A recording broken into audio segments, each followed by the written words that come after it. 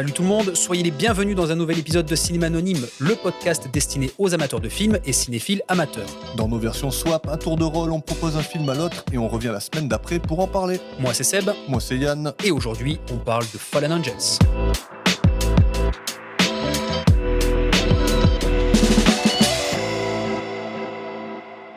Seb, parle-nous un peu de Jurassic World. Jurassic World Renaissance. Renaissance. Déjà que la précédente trilogie, c'était déjà la renaissance de la première trilogie. La précédente trilogie était déjà mauvaise. Enfin, j'ai pas kiffé. Sauf la fin du 2. La fin du 2, j'ai trouvé super cool. Je crois que j'ai vu que le premier des trois. D'accord. Et j'ai refusé de regarder tout film qui est estampillé Jurassic Park. World. Ah d'accord. Ouais, ben la fin du 2 est plutôt cool puisque ça Ouais. part dans un trip un peu horreur. Ça reprend Ok. des codes des films d'horreur, ça marche. Ouais. Franchement, ça marche avec un espèce de dinosaure qui a muté, sans en dire plus, quoi. Ok. Moi, le moment qui m'a chagriné, c'est quand tu vois Chris Pratt en train de boire une bouteille de coca pendant 15 secondes. Exact. Avec placement de produit. Ah ouais, mais là, c'est abusé. C'est qu'il faut, il faut le sponsoriser, le film. Il faut qu'il sorte. Hein. Le mec, le pied sur la glacière, et il boit son coca, quoi. Ah, bon. Et donc celui-là, mauvais alors? Ouais, très mauvais. Franchement, Pourquoi mauvais? c'est con. Hein. Il y a Scarlett dedans. Il y a Mahershala Ali aussi. Ouais. Mais il n'y a rien qui sauve le film. C'est vraiment un cas d'école de qu'est-ce qu'il faut faire pour faire un mauvais film. Ah, carrément. Ouais, il n'y a rien qui va. En termes de scénar, ça vaut rien. En termes d'écriture des persos, il n'y a rien qui va. Le seul truc que je peux dire, c'est l'ouverture du film. La catastrophe qui va réveiller le gros dinosaure dans un espèce de labo scientifique sous terre, sous l'île où il y a tous les... c'est même plus le parc, il n'y a même plus de parc. Hein. Mais voilà, ils font des expériences sur des dinosaures, quoi. Ouais. Et tu vois un espèce de scientifique qui rentre, qui est en train de manger un Snickers. C'est pas un Snickers, mais c'est une barre chocolatée. Non, il n'y a pas de marque, il n'y a rien dessus. Et quand il passe la première porte, si tu veux, il y a un bout de papier qui tombe et le papier tombe par terre. Il y a un gros plan dessus. Et moi, à ce moment-là, dans le ciné, j'ai dit non, ils vont pas oser quand même. Il y a quoi? Que genre la catastrophe qui va se produire émane de ce petit bout de papier. Ça rate pas. Tu vois le papier qui s'engouffre dans une espèce de bouche d'aération et t'as des grosses alarmes, il y a tout le labo qui est en train d'exploser et voilà, ça commence comme ça, quoi. Ah ouais. Tu te dis voilà comment démarre la catastrophe, quoi. C'est un papier de Snickers dans un labo top secret. Déjà, ça te pose la base. Tu te dis il y a rien à sauver dans ce film. Et effectivement, il y a rien à sauver jusqu'au bout du film. Il y a des espèces de clichés avec le Raptor et le T-Rex du premier Jurassic Park. C'est une blague. T'as senti que c'était le consensus général quand t'es sorti du Je sais ciné pas, ou pas? j'ai pas posé la question à qui que ce soit, si ce n'est aux personnes qui étaient avec moi. Et oui, on était 4 et les 4, on s'est dit c'est archi mauvais. Parle-nous de l'expérience cinéma d'extérieur. C'est cool. Ouais. C'est plutôt agréable, même s'il fait extrêmement chaud en ce moment. Quelque part, c'est mieux d'être à l'intérieur avec un poil de clim. Ouais. Parce qu'au final, à l'extérieur, t'as quand même chaud, quoi. Il n'y a pas de plus-value, en fait. Tu te dis, au moins, t'es à la fraîche, t'es tranquille. Là, la seule plus-value que tu peux avoir, c'est quand t'es fumeur, tu peux cloper. Ouais. Voilà, c'est tout. Comme on l'est pas, toi et moi. Non, exactement. Comme on ne l'est plus. Yes. Mais ça change, du coup, ouais, c'est pourquoi pas. Mais bon, ça valait pas le coup d'aller voir au ciné. Ça vaut pas le coup de le voir tout court, d'ailleurs. Non, mais c'est dommage, c'est juste un produit. Bah ouais, c'est Aujourd'hui, devenu ça, Jurassic Park n'est devenu qu'un produit. C'était déjà ça, plus ou moins à la base, mais au moins, ça te vendait du rêve, ça te vendait du grand spectacle, c'était chouette à regarder. Là, franchement, ok, les dinosaures, ils sont beaux. Mais à un moment donné, on le sait que les films sont beaux aujourd'hui. Ouais. C'est plus à prouver. Avant, il y avait une prouesse technique. Tu avais un mélange de CGI et un mélange d'animatronique. C'était les premières images 3D. Franchement, le T-Rex, il est toujours aussi beau aujourd'hui. Malheureusement, c'est pas bon. Très bien. On passe à notre film du jour. Ouais, je pense que ça sera beaucoup mieux. Allez, c'est parti pour Fallen Angels.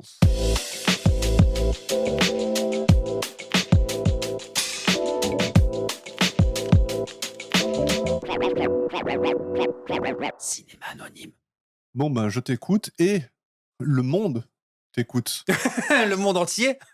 Pour la fiche technique. Alors, comme d'habitude, hein, on s'excuse auprès des communautés chinoises qui nous écoutent, parce que là, les blazes asiatiques, je vais les esquinter sévères. Ouais, mais on va se régaler. Possible. Fallen Angels, ou Duoluo Tianchi, dans sa version originale, Ou Les Anges Déchus, dans sa dans la version version française, est une comédie dramatique sombre et romantique d'une durée d'1h36. Ce film est la 5e réalisation d'un grand nom du cinéma hongkongais, pour ne pas dire le big boss du cinéma d'auteur asiatique, osons-le. Il s'agit bien sûr de monsieur Wong Kar-wai. C'est le Big Boss. C'est le big boss. C'est pas Takeshi Kitano? Non, Non? Takeshi Kitano, je sais pas s'il serait capable de faire des films aussi impactants, tu vois, en termes d'émotion, de sensations. Je sais pas, c'est mon point de vue. Pour moi, Kitano, je mets plus dans le rang des mecs qui font des films de mafieux, même s'il n'y a pas que ça. Un peu moins de fond, tu dirais? Non, je dirais pas moins de fond, mais je dirais moins sublimé par l'image et par le contexte un peu onirique que peuvent suggérer les films de Wong Kar-wai. Très bien. Pour moi, il est vraiment unique, ce mec-là. Mais sinon, il y a Takeshi Miike aussi qui marche bien. Oui. Lui, c'est déjà beaucoup plus des films qui tapent. Ça hésite pas à trancher, ça hésite pas à se fighter. Donc ouais, bon réal aussi japonais. En Corée, on peut citer Park Chan-wook ou Bong Joon-ho, par exemple, qui sont aussi de grands réalisateurs. En Chine, il y a aussi John Woo et beaucoup d'autres. Des réals asiatiques, en fait, il y en a un paquet, avec un style propre à chacun. Mais ouais, c'est vraiment un délire à part. Yes.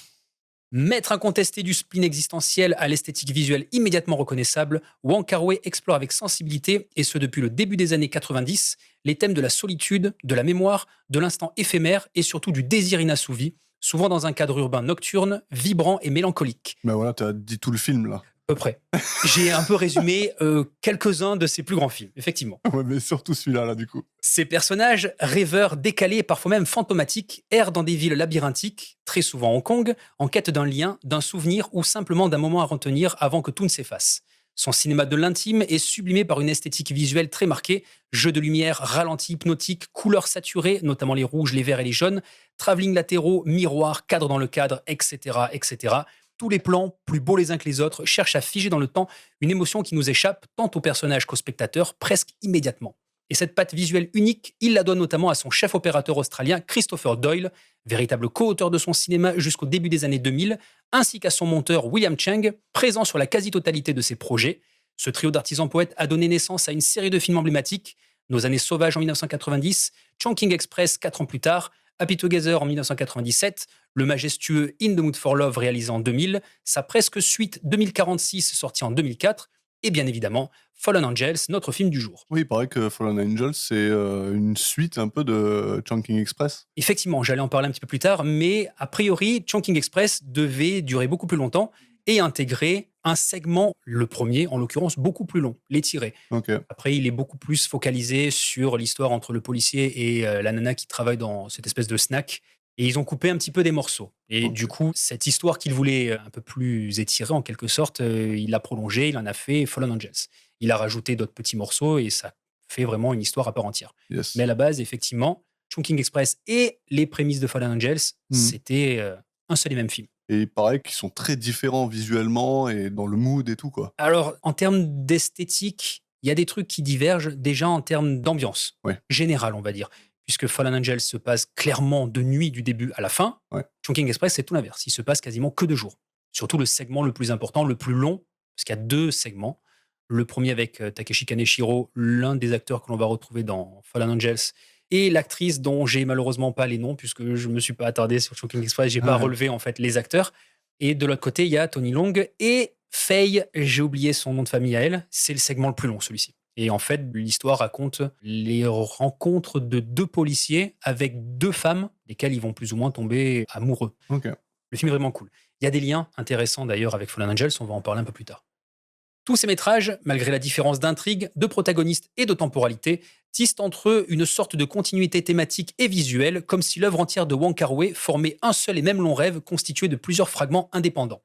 Et petite parenthèse pour souligner ce propos, mais là je l'explique ici en plus, tu vois, Fallen Angels devait initialement constituer la 3e partie de Chungking Express, avant que Wong Kar-wai ne choisisse de le développer comme une œuvre autonome.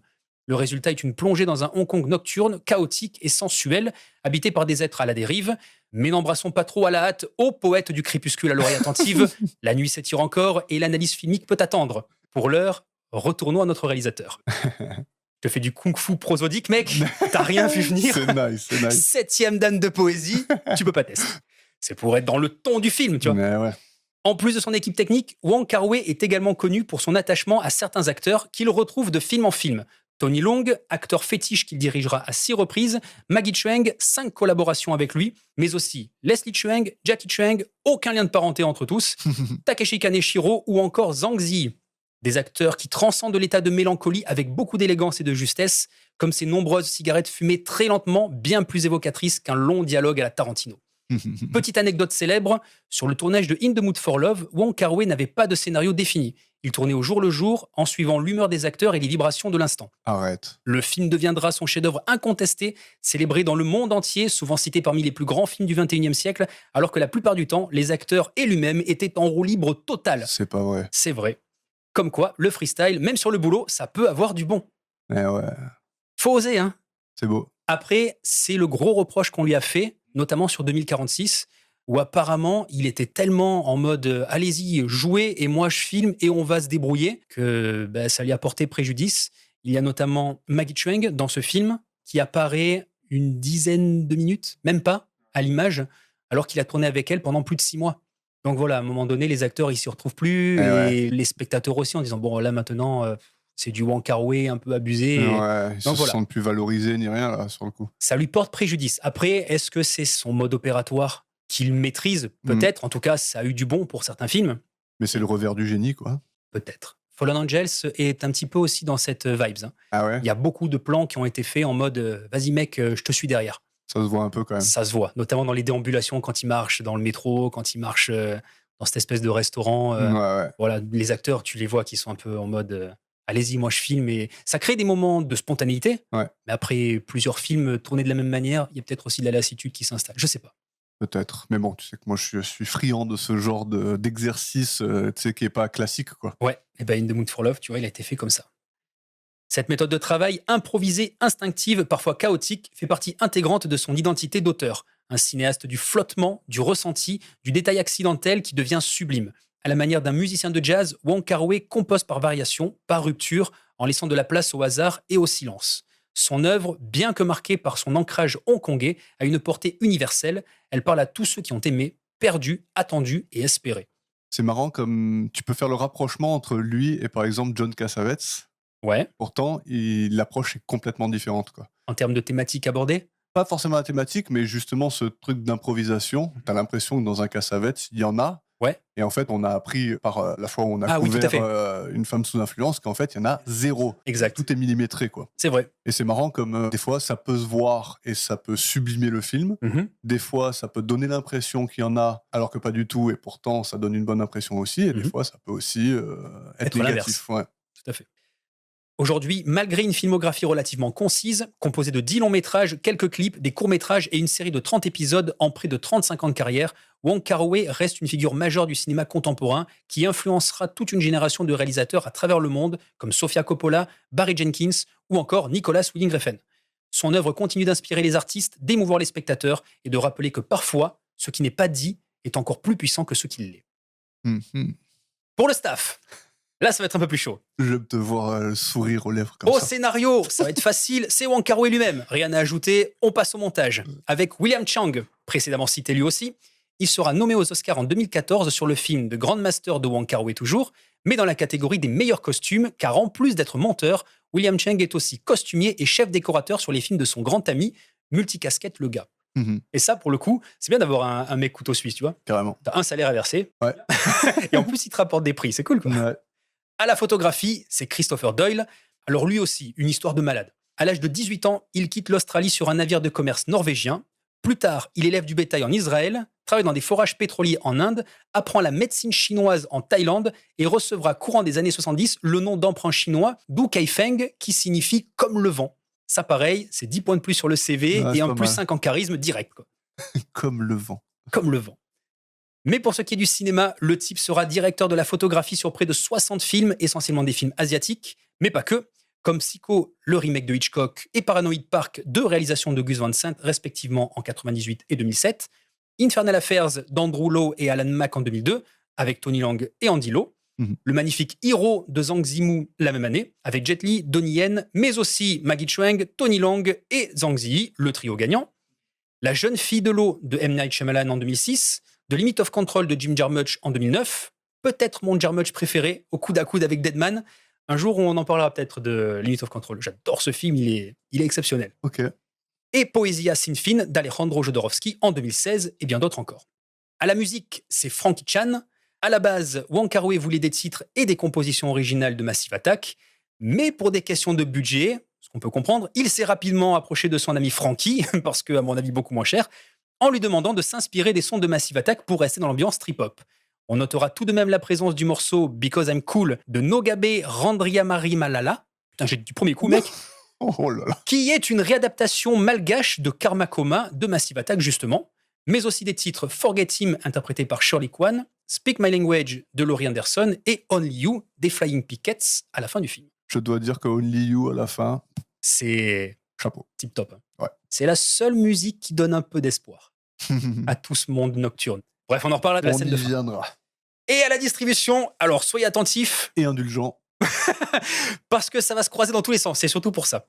Dans le rôle de Wang Chi-ming, on a l'acteur Leon Lei. Icône de la scène musicale hongkongaise, Leon Lei reçoit le titre de chanteur le plus populaire de la TVB Jade Solid Gold en 1993, 4 prix de la meilleure chanson de l'année en 1995 et 16 autres distinctions hongkongaises la même année, devenant ainsi l'un des 4 rois célestes, en référence au dieu du bouddhisme, surnom donné aux 4 grandes vedettes de l'industrie du spectacle des années 90, à la fois chanteur et acteur. Les 3 autres étant Jackie Chung, Andy Lau et Aaron Kwok, que l'on va continuer à croiser dans le reste de cette fiche technique. Ok. Mais concernant le grand écran, s'il est d'abord associé à des rôles romantiques ou commerciaux, Fallen Angels marquera un tournant décisif dans sa carrière en lui offrant un rôle plus introspectif et stylé, celui du tueur à gages taciturne. Par la suite, il alternera entre les films d'action, les drames et les films d'horreur, comme dans Comrades Almost the Love Story de Peter Chan en 1996, avec Maggie Cheung et Christopher Doyle qui joue ici le rôle du professeur d'anglais. 3 histoires de l'au-delà de Kim Ji-woon et Peter Chan de nouveau en 2002, film récompensé par le Golden Horse Film Festival du meilleur acteur pour Leon Lei et du meilleur directeur de la photographie pour Christopher Doyle, double strike.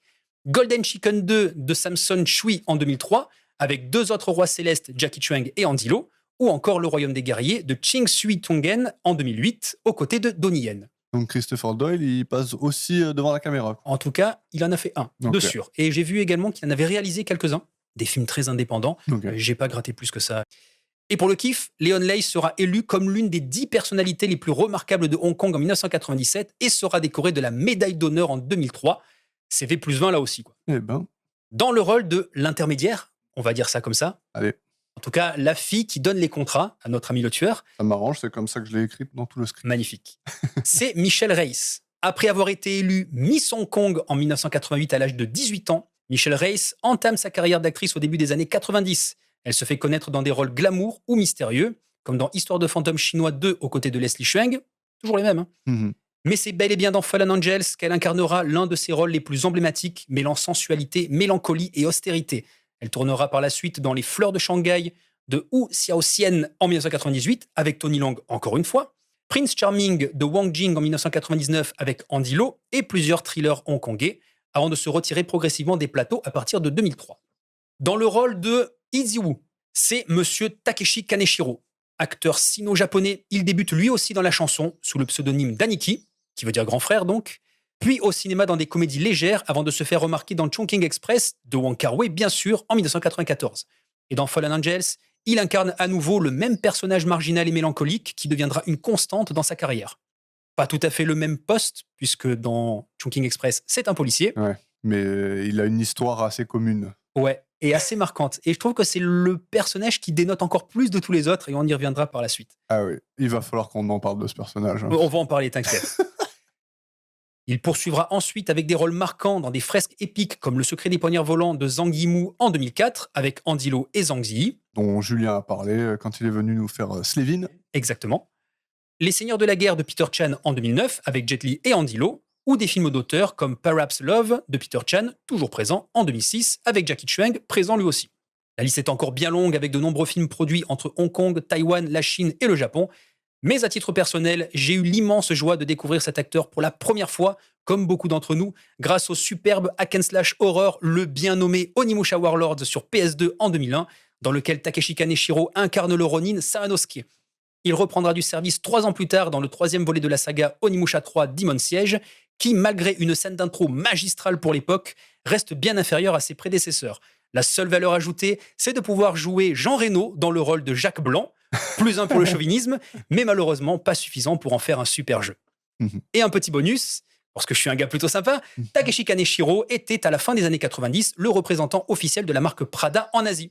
Niveau charisme, là aussi, tu touches les étoiles. Ouais, il paraît. Que tu touches les étoiles Quand même. Dans le rôle de Cherry ou Charlie, ça dépend les versions, c'est Charlie Yang qui s'y colle. Découverte par Wong Kar-wai alors qu'elle étudie encore à l'université, le réalisateur lui donnera un petit rôle dans son 4e film Les Cendres du Temps en 1994, juste un an avant celui de Fallen Angels. Mais c'est en incarnant le personnage de Chung Ying-tai dans The Lovers de Tsui Hark, toujours en 1994, que sa carrière d'actrice va vraiment décoller. Figure montante du cinéma hongkongais, elle fera une pause de quelques années pour enregistrer plusieurs albums, Parce qu'à la fin des années 90, les acteurs hongkongais étaient mal payés. Il valait mieux être chanteur pour se faire un petit peu plus de thunes. Et reviendra sur le devant de la scène en 2004 dans le film New Police Story avec Jackie Chan en 2004, avant de rempiler sur Seven Sword de son grand ami Tsui Hark en 2005 avec Leon Lei et Donnie Yen, ou encore de Grandmaster du père spirituel Wong Kar-wai en 2013. Dans le rôle de Baby ou Blondie, voire Punky, ça dépend aussi des versions, c'est Karen Mok.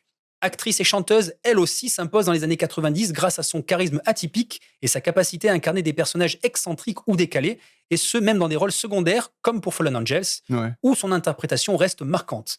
Elle enchaîne ensuite avec des comédies populaires, God of Cookery et Shaolin Soccer de Stephen Chow en 1996 et 2001, mais aussi des drames, des films d'auteur et d'autres productions américaines comme Le Tour du monde en 80 jours de Frank Coraci en 2004 avec Jackie Chan, Cécile de France, Schwarzy et Michael Youn, pour ceux qui l'ont pas vu. Ah oui, là c'est pas mal comme là on est bon, quoi.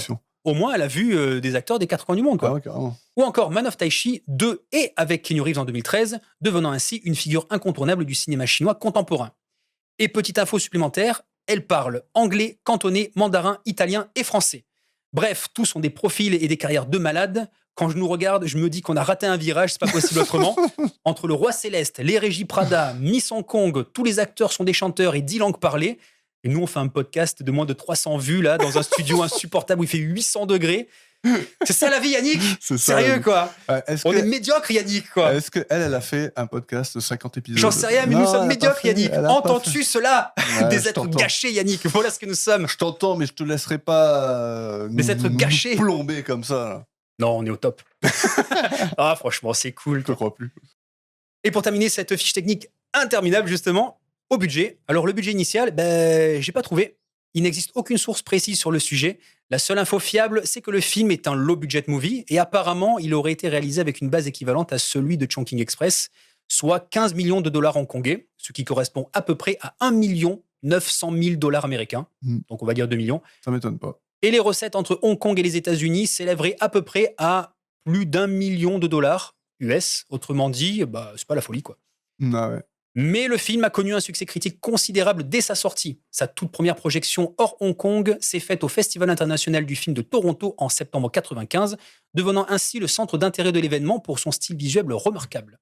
Tout à fait mérité, d'ailleurs. Ouais. Et en termes de reconnaissance, 22 nominations dans 4 festivals chinois et hongkongais, avec 7 récompenses acquises, dont 2 prix de la meilleure actrice de second rôle pour Karen Mok, justement, et 2 prix de la meilleure photographie pour Christopher Doyle. Mérité. Tout à fait. Question. Vas-y. Qu'est-ce que tu préfères entre parler 10 langues ou être roi céleste? Franchement, ça claque pas, roi céleste. Ça implique quoi? J'en sais rien, mais t'imagines sur ta carte d'identité, bonjour, je suis le roi céleste. Mais c'est assez fou, quoi. Ouais, je prends les 10 langues quand même. Prends les 10 langues? Ouais, roi céleste, si j'arrive et que je cherche un boulot et que je dis je suis roi céleste, je suis pas sûr qu'on me prenne au sérieux. Mais tu brilles en soirée. Roi céleste, quoi. Roi céleste. Je trouve ce titre fantastique. Il y a qu'en Chine que tu peux avoir des trucs comme ça. Ouais, j'avoue. Nous, en France, jamais de la vie, t'auras je vous nomme chevalier de je ne sais quoi, tu vois. Si, t'as chevalier de la Légion d'honneur, ok, c'est cool. Mais roi céleste. Roi céleste, ça pèse quand même. Ah, je prends. Non, blague à part, la question habituelle de notre podcast, est-ce que tu as aimé le film? Alors. Oh. Peut-être le premier non. Non, j'ai aimé le film. D'accord. La première fois que je l'ai vu, donc je l'ai vu encore 2 fois. Ok. La première fois que je l'ai vu dans des circonstances qui n'étaient pas appropriées. Ok. Je l'ai commencé tard. J'avais le petit à côté, donc il fallait pas que je mette le son trop fort. D'accord. J'ai appris le lendemain, donc aujourd'hui, ce matin, quand je l'ai rematé, que c'est un film dont tu as besoin de tout entendre. Ah, il faut la musique. Il faut que ce soit à fond. Ouais. C'est important pour le film. Très.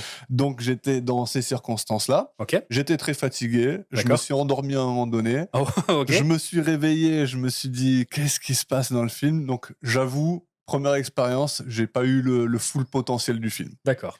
Mais ce matin quand je l'ai revu, j'ai beaucoup plus apprécié. Ok. Mais j'aurais aimé qu'il me parle plus. D'accord. Alors je sens que je comprends ce qu'on essaye de me dire dans ce film. D'accord. Je sens que c'est bien fait, mais malheureusement, ça a du mal à atteindre mon petit cœur. Ok, d'accord. Malheureusement. C'est fou, tu vois, je pensais tout l'inverse. Ouais. Étant donné qu'on en a parlé la dernière fois que t'as beaucoup aimé In the Mood for Love, or ça n'a rien à voir. Non, ça n'a pas grand-chose à voir. Les histoires sont complètement différentes, le cadre est complètement différent, la temporalité est différente aussi, l'ambiance musicale, l'ambiance visuelle. La manière de filmer aussi. Hein. Tout est différent. Pourtant, il y a un petit truc, une base est identique entre tous les films de Wong Kar-wai de toute manière. Ouais. C'est la connexion entre les gens et justement la distance que chacun peut avoir les uns envers les autres. Cette espèce de rapprochement et cette distance qui s'opère entre eux en même temps. Ouais. Des personnages qui s'aiment mais qui ne se l'avouent pas, des personnages qui vont essayer de se rapprocher mais qui vont tout faire pour justement échapper soit à l'emprise, soit justement à la tentation, soit à toute autre chose. Et des croisements aussi, tous les personnages à chaque fois se croisent, se recroisent. Et beaucoup de personnages contradictoires qui ne savent pas exactement ce qu'ils veulent Exactement, et qui ne savent pas comment l'exprimer. tout à fait. Des personnages qui rient pendant 2 minutes et après qui finissent par pleurer et qui savent même pas vraiment pourquoi. Des gens en face d'eux qui sont peut-être des fois insensibles ou qui ne savent pas réagir tout Ou simplement. peut-être que c'est pas le bon moment aussi, Voilà. que la réaction n'est pas appropriée. Alors j'ai pas les mots exacts de ce que tu as dit, mais le sentiment c'était pas des moments perdus, mais des moments loupés. Mhm. Je sais pas ce que tu as dit exactement, mais je trouve Tout que à ça fait, c'est ça. résume très bien le sentiment dans le film. Mhm. Mais j'aurais aimé arriver à la fin du film et verser ma larme. Ah. Mais je ne l'ai pas fait. C'est pas grave. Ouais, mais ça me fait chier parce que... Mais ça, c'est parce que c'est toi. Non, mais j'ai peur que ce soit vraiment dû aux circonstances du premier visionnage. Ah, d'accord. Dommage. Alors, peut-être pas, hein. Peut-être que juste, c'est la manière dont ils essayent de me parler. Peut-être que j'ai pas le bon traducteur pour ça, quoi. Ok, Mais je sens que ça pouvait avoir plus d'impact sur moi, quoi. d'accord. Attends, parce que je suis persuadé qu'il y a des scènes qui t'ont touché. Sans parler d'être touché en Ému. termes d'émotion, voilà, mais des scènes qui t'ont touché parce que visuellement, Oui, non, c'est clair. la manière dont c'est tourné, est-ce que ça... Non, c'est fascinant. Voilà, c'est fou. C'est un rêve éveillé, ce film. Ouais. Tu pourrais mettre tous les films les uns à la suite des autres. Et puis aussi le fait qu'il y ait des acteurs qui soient récurrents. Quand tu passes d'un film à l'autre, c'est pas les mêmes rôles, mais ça reste toujours dans quelque chose de mélodramatique, tous ces films. C'est familier, quoi. Ouais, et puis du coup, tu pourrais le faire prolonger. C'est pour ça que je dis qu'il y a une continuité entre tous les films. Bon, après, Chungking Express et Fallen Angels, forcément, c'était à la base un seul et même film. Donc tu y trouves très facilement des similitudes. Mais quand tu racoles tout ça avec In the Mood for Love, par exemple, ça marche. Tu pourrais aussi dire que le personnage de Tony Long, à ce moment-là, c'est un rêve dans un autre, etc. Donc, je trouve son principe filmique intéressant. Ouais. J'arrive pas à dissocier un film d'un autre. Il raconte la même chose, en fait. Dans des instants, avec d'autres personnages, c'est un rêve, quoi. J'aime bien cette vision-là. Et pour moi, Fallen Angel, c'est exactement ce qui te montre. C'est une dérive de 5 personnages dans une ville qui est gigantesque. Les mecs, ils se baladent, ils savent pas trop où ils vont, ils savent pas trop ce qu'ils font. Des gens qui se cherchent, qui essayent à combler un vide quelque part. Et c'est un petit peu ce que tu retrouves dans tous ces films. Ouais. Mais encore une fois, je me demande si mon insensibilité, entre guillemets, à ce film vient de la différence culturelle. Tu vois. Ok. Ce qui est bizarre si t'as été touché par In the Mood for Love. Ouais, c'est juste pas la même chose. Bah, déjà, la manière dont c'est filmé, c'est quand même très agressif. Ah, on va dire que le très grand angle dans ce film. Ouais, c'est fou, c'est du fisheye des fois. Alors, j'ai un petit peu cherché et je suis tombé sur un documentaire extrêmement intéressant. A priori, d'après certaines interviews, le film aurait été intégralement filmé avec un optique en 6 mm et demi. Ouais. Il s'avère finalement que le film a été tourné avec un kinoptique 9,8 mm, plus un adaptateur qui faisait que le film avait une ouverture à 6,8 mm. Donc ça permet justement d'avoir des gros plans de tes personnages et d'avoir également beaucoup plus de choses autour d'eux. Donc quand tu as à chaque fois chaque personnage qui sont dans les côtés de l'image, tu as toujours la vision soit du bar derrière, soit de ce qui se passe de l'autre côté, d'autres personnages qui interagissent. Ça te permet à la fois la proximité de la personne que tu es en train de suivre, Ouais. et de voir un petit peu à chaque fois ce qui se passe de l'autre côté parce que c'est intéressant. Soit il y a de la bagarre, soit il y a des gens qui parlent de cette personne, soit il y a d'autres personnes qui font partie du quintuor. Donc c'est intéressant de voir ce qui se passe, qui gravite autour de ces personnages. Tu as l'impression d'être dans leur tête, Oui. mais de suivre aussi la vie autour d'eux. Ouais, c'est vrai, t'as l'impression d'être très proche d'eux dans un espace où il se passe beaucoup de choses quand même. Tout à fait. Mais ça crée une certaine distorsion qui est clairement. des fois perturbante. Je Clairement, trouve, en plus, en termes de technique, forcément, déjà, tu es obligé, toi, de placer la caméra extrêmement proche de l'acteur. Ça te permet aussi de pouvoir filmer dans des endroits très petits. Donc, on le voit, hein, la plupart du temps, ils sont dans des petites pièces, ils sont dans des espaces tout confinés, mais quand même d'avoir la possibilité d'ouvrir beaucoup plus. Et petite anecdote rigolote, apparemment, Michelle Reiss, quand elle a vu les premières images, elle disait non, mais j'aime pas du tout la manière dont c'est filmé, ça me fait un long nez, on dirait Pinocchio, il n'y a pas moyen de reculer un peu plus. Oh ouais, t'inquiète, on va s'en occuper. Et Wong Kar-wai, il a dit à Christophe Doyle, non, t'inquiète, tu continues à filmer comme ça, c'est cool, quoi. Mais on lui montrera pas les images, tant pis pour elle. Ouais. C'est un parti pris vraiment d'avoir cette espèce d'intrusion, quelque part, au sein même de ce que ressentent les personnages. Pour moi, ce film, c'est ça. C'est pas de l'ordre de la narration, c'est vraiment de l'ordre du ressenti. Le film, tu pourrais le monter dans n'importe quel sens, il marcherait quand même. Parce que c'est pas tant l'histoire qui est intéressante, c'est qu'est-ce que les personnages ressentent, qu'est-ce qu'ils ont au fond d'eux, et qu'est-ce que ça peut stimuler chez toi. Ouais, je comprends. Après, je te l'accorde, c'est agressif. Hein. Mais justement, tu vois, ça met la lumière un peu sur ce qui m'a manqué dans ce film. Moi, j'ai eu du mal à m'attacher au personnage. D'accord. C'est que, par exemple, un He Is You, Oui. j'ai passé l'introduction à ce personnage à me dire mais what the fuck, qu'est-ce qu'on essaie de me dire, quoi, en fait. Le mec, il est là, il fait des massages à des cochons morts, déjà. Ça, c'est l'introduction C'est du l'introduction mec. du perso, tout Je à me fait. dis mais pourquoi, en fait? Ouais. Pourquoi il fait ça? Ouais. Mais j'ai toujours pas de réponse. T'as la réponse, toi, à ça? Ah non, pas Pourquoi spécialement. il fait ça? Il est complètement timbré, quoi. Mais clairement. Mais lui, justement, c'est ce qu'on disait tout à l'heure. C'est le personnage qui dénote complètement de tous les autres. Ouais. Déjà, en plus, lui est muet. Et la manière dont son handicap nous est révélé, il dit, à l'âge de 5 ans, j'ai mangé des ananas périmés, je suis tombé malade et j'ai perdu la voix. Je ne sais pas si médicalement c'est plausible ou non, mais ça te montre déjà le côté dingue de ce perso. Et lui, c'est le seul être de ce film qui est loufoque. Ses agissements sont loufoques, sa manière de communiquer avec les autres, il exagère à chaque fois, sa gestuelle, t'as l'impression qu'il fait le pitre, parce que c'est comme ça qu'il peut parler, finalement. Il fait pas de langage de signes ni rien, tu vois vraiment qu'il exagère la scène de fin, par exemple, quand il se met du ketchup et qu'il tombe par terre, qu'il fait une espèce de soldat pour attirer l'attention de la fille. Je crois que c'est ça mon problème, c'est que j'arrive pas à me rapprocher Des pitreries. Ouais, des gens dont je ne reconnais pas les codes du tout. D'accord. C'est comme quand au début, donc tu as l'introduction de ce personnage, et tu le vois qui traque un mec, il est là en train de le shampouiner alors que le mec il a pas envie d'être shampouiné. Exact. Le mec il veut partir, tu comprends rien à ce qui se passe. Je suis pas en train de rentrer dans sa psychologie, je me reconnais pas, tu vois, dans la scène, dans rien en fait. Pareil quand il y a le truc des glaces. Ouais. C'est quoi cette histoire de glace qui fait des bougies avec? Je comprends pas. C'est top. Ce personnage, c'est celui qui va t'introduire la notion de comédie dans ce film. Tous essayent plus ou moins d'exister dans ce monde d'une manière qui leur est propre. Lui, c'est sa manière à lui. En plus, il nous est introduit comme étant quelqu'un qui a fait de la tôle. Ouais. Il le dit, le matricule 223. Alors, petite parenthèse, c'est le même matricule qu'il y a dans Chongqing Express, sauf qu'il est policier dans Chongqing Express. Là, il te dit, j'ai fait de la tôle, c'est le numéro 223. Ouais. Fin de la parenthèse. Donc tu vois que lui, il a fait des larcins et il t'explique ce qu'il fait. En fait, tout simplement, le mec, quand il dit oui, j'ai des petits business dans des petits restaurants, des choses comme ça. Non, le mec, en fait, il braque les restos et puis après, il pousse à la consommation les gens pour qu'ils leur donnent du pognon. Ni plus ni moins, à la fin, quand il fait le shampoing et qu'il va pour couper la barbe de l'autre, il fait non, non, non, bon, ok, d'accord, je te paye. Il arrête tout et il le laisse partir à ce moment-là. Les glaces, c'est pareil. Il les fait consommer jusqu'à ce qu'à un moment donné, qu'est-ce que tu veux du fric? Tiens, voilà du fric. Et du coup, il arrête. C'est comme ça qu'il fait son pèse. Et il le dit. Il gagne un petit peu d'argent. Juste de quoi le faire vivre. Moi, c'est tellement décalé, loufoque et lunaire que, en fait, je ne pourrais pas me rapprocher de ce personnage. C'est pour ça que le film aussi est intéressant à ce niveau-là. Il te montre 5 personnages. On va dire 4 parce qu'il y en a une, elle fait partie d'une histoire. Ouais. C'est justement le personnage de Baby. C'est un personnage annexe. Elle fait la part du job. Attention, elle est importante dans l'histoire. Mais elle peut être mise un peu de côté. Donc dans ce film, tu as 4 personnages qui essayent d'exister. Lui, c'est le personnage loufoque. Son histoire, son passé de prisonnier, ses actions un peu, la petite frappe qui survit dans cette grande ville, et la relation qu'il a avec son père. Qui était la chose la plus intéressante dans le film, je trouve, et la plus touchante en tout cas. C'est vrai? La relation avec son père? Ouais.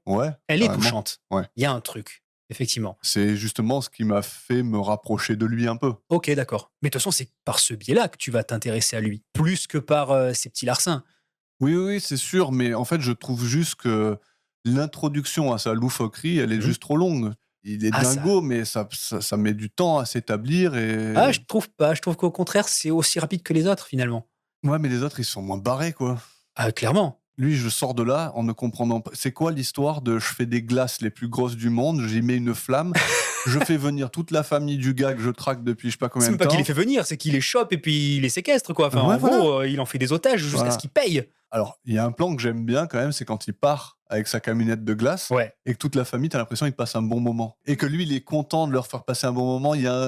T'as l'impression qu'il y a un truc où, en fait, avec ses conneries, il est quand même arrivé à capturer un moment de bonheur. Ouais. Et ça, c'était cool. Surtout, ce qui est assez drôle, c'est que par rapport à ce que tu dis, à ce moment-là, quand il conduit le camion, il explique pourquoi son père, il aime pas les glaces. Oui. Parce que sa mère s'est fait renverser par un camion de glace.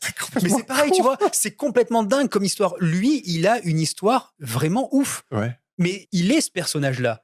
Finalement, t'as presque envie de lui dire, si c'est aussi barré autour de toi, c'est peut-être parce que c'est ce que tu es. Bah oui, non, ça c'est clair. Quelque part. Alors, la première image qu'on voit, il masse un cochon mort. Il masse un cochon. Ça m'a traumatisé, ça, je te le dis. C'est assez fou. Ouais. C'est assez fou. Mais lui, moi, je suis là en train d'essayer de chercher la symbolique là-dedans. Le pire, c'est que tu peux pas dire que lui, il est unique dans ce film. Ils sont tous uniques à leur niveau. Ouais. T'as quand même un tueur à gages. C'est pas une profession assez commune. T'as celle qui va faire que il va avoir des contrats. T'as l'autre personnage qui est un personnage qui s'invente une espèce de love story pour exister. Quand elle tombe sur Lee voilà, ça devient un couple qui est lui aussi burlesque. Ah oui, oui, ça c'est sûr. Parce qu'elle aussi, elle est un peu frappadingue quand même. La première chose qu'on voit, c'est elle au téléphone C'est avec ça. son ami ou avec son ex. En fait, on sait pas trop Ouais, qui on c'est sait cette pas personne. trop. En tout cas, dès qu'elle raccroche, elle est trop énervée. Elle rappelle son ex ou je sais pas qui. Et après, il part en quête de Blondie De pendant. Blondie, voilà. Elle cherche Blondie parce que son ex est avec Blondie. Et donc, elle veut se venger de Blondie. Et Blondie, c'est elle alors. Ben, ça, on le sait Mais pas dans le non, film. non, parce qu'ils vont trouver Blondie. C'est la Blondie, femme qui est en plein milieu du. Ou alors c'est quelqu'un qui a rien à voir. mais c'est ça qui est assez intéressant. Moi, pour ma part, je pense que justement, le personnage de Baby Blondie, c'est Ouais. le même personnage. C'est une femme qui chope des mecs, qui les ramène chez elle et qui s'amuse avec. Hmm. Et je pense que c'est ce qui s'est passé avec Charlie. Elle a récupéré son mec, elle s'est amusée avec. Mais c'est vrai que quand ils sont dans cette espèce de bar-restaurant, qui se Blondie, Blondie, qu'il y a Ouais. tout le monde qui cherche Blondie en même temps, donc c'est un nom qui résonne dans Hong Kong en quelque sorte. Il y a tout le monde qui veut la peau de Blondie Ouais. et qu'il y a un mec devant, parce qu'en plus c'est un mec qui est devant, ouais, c'est moi Blondie, et que ça part complètement en sucette, Ouais. quoi. Ah, je Voilà. t'avoue, j'ai rien compris à ça. Mais il n'y a rien à comprendre en fait, ça part complètement en couille parce que c'est.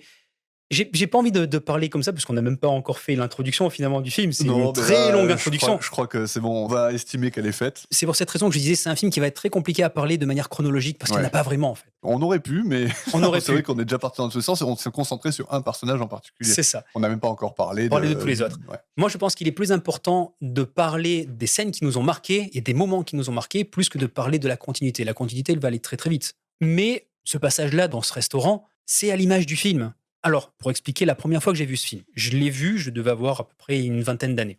Takeshi Kaneshiro, c'est un mec qui me parlait par rapport à Onimusha. Chungking Express, j'avais bien aimé. Ce film un peu fou, dans lequel je comprenais pas tout. C'était la première fois que je voyais un film de ce style, avec la musique de California Dream qui se répète à 35 fois dans le film. Au début, je comprenais pas. Je disais, mais c'est n'importe quoi. C'est la même musique tout le temps. Comme dans In the Mood for Love. Hein. Oui, je te l'accorde. Mais c'est pas la même chose. Quand tu entends une chanson que tu connais par cœur, Ouais. California Dream, tout le monde la connaît, cette chanson. En plus, ça résonne beaucoup dans les films de guerre sur le Vietnam. Là, tu la vois dans ce type de film-là, une sorte de romance avec des mecs un peu paumés. Mhm. Au bout d'un moment, tu te dis, c'est bon, j'ai compris que California Dream, elle aime cette chanson. Ouais. Mais après avoir vu le film une fois, deux fois, plusieurs fois, c'est un truc auquel tu t'attaches et tu te dis, c'est vrai que c'est ce qui fait aussi la force du film. Ouais. Et puis, quelque part, c'est un petit peu comme toi. Quand tu écoutes des chansons, très souvent, tu vas écouter la même pendant des semaines et tu l'écoutes en boucle. Après, la musique, elle reste. Ouais. Là, c'est à peu près la même chose. Quoi qu'il en soit, quand j'ai découvert Fallen Angels, c'est le sentiment que j'ai eu. C'est un film qui transpire l'adolescence. T'as l'impression que tous ces personnages-là, quelque part, ils sont en train de se construire. C'est pas que t'as l'impression, ils se construisent. D'ailleurs, justement, Lee Ji-woo, il le dit à un moment donné. Il dit, la première fois qu'on aime, on est plus jeune, on est adolescent, et quand on rencontre le premier amour, ça marque un état, quelque part. Yes. Scène magnifique, on va en parler. Oui. Le film, pour moi, c'est ça. T'as l'impression d'avoir des adolescents. C'est des gens qui vivent par l'émotion. C'est pas la carrière, c'est pas le travail. Rien à foutre de tout ça. C'est qu'est-ce que t'as au fond des tripes à ce moment-là. Et tu les vis à 1000%. C'est pour ça aussi que chaque adolescent, quelque part, se rebelle. Tu vois, c'est parce que t'es tiraillé entre l'amour, la déception, la haine, la colère. Ouais. Tu te construis avec des émotions. T'es à fleur de peau, quoi. Exactement, t'es à fleur de peau. Après, t'apprends à les tolérer, t'apprends à modérer un peu ton être intérieur, et puis tu deviens adulte. D'ailleurs, il y a aussi le passage adulte dans le film, avec justement le personnage de Lee Ji-woo et son père. Ouais. Mais ouais, j'aime cet état d'adolescence. J'aime les films où quand tu les regardes, t'as l'impression d'être plus jeune. Et très clairement, la scène dans le restaurant où ça part en couille, où il commence à se fighter, où il y a cette musique qui part en vrille et que lui il prend la fille par le bras et tu sais pas ce qui se passe, il lui met un coup sur la tête, elle le lui rend et puis après ils partent ensemble en moto. Ça devient trop pour eux. C'est ça, mais fantastique, t'as l'impression d'avoir 14 ans quand tu regardes cette scène. On a tous connu ça.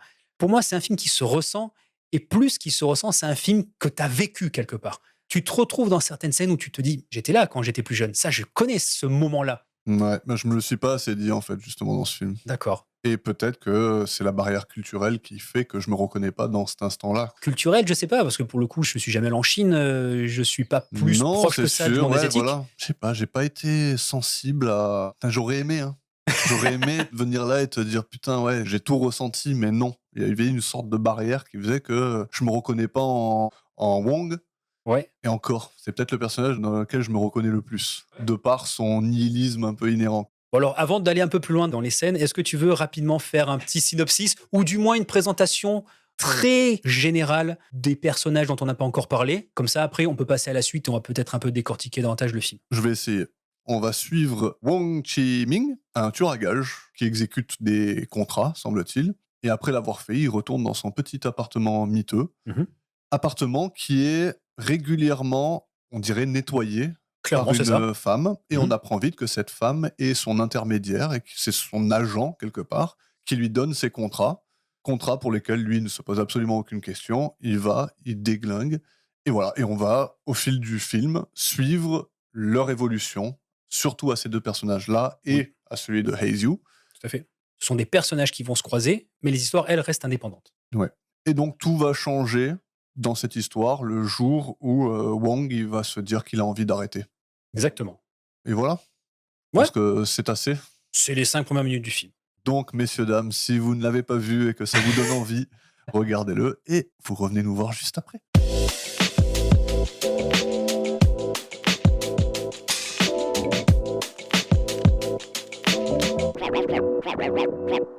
Cinéma anonyme. Déjà, pour commencer, tu l'as dit tout à l'heure, le petit appartement.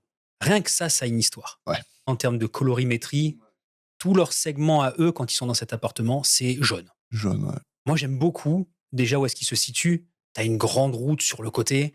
Tu vois toujours le sol, les voitures qui passent, les tracés lumineux des feux arrière des bagnoles.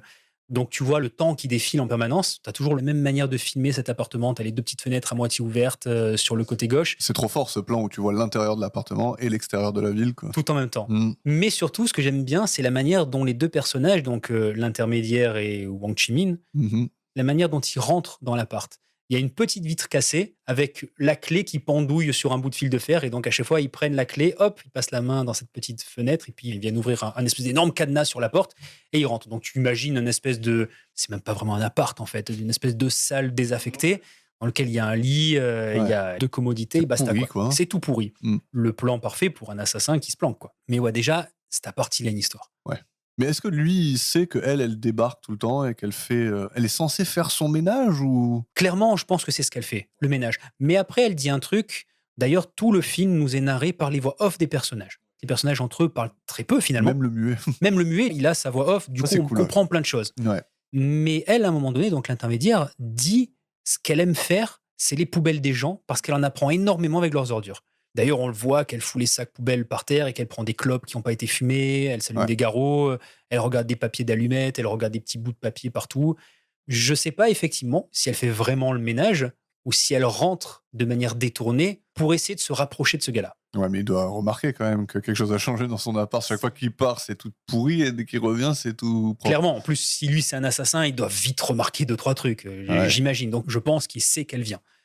C'est aussi peut-être le moyen pour eux de se rencontrer et de communiquer. Proche, ouais. Voilà, parce qu'on voit qu'elle, elle fait des plans, qu'elle dessine par où rentrer pour aller buter des gars, où est-ce qu'il faut que lui se positionne.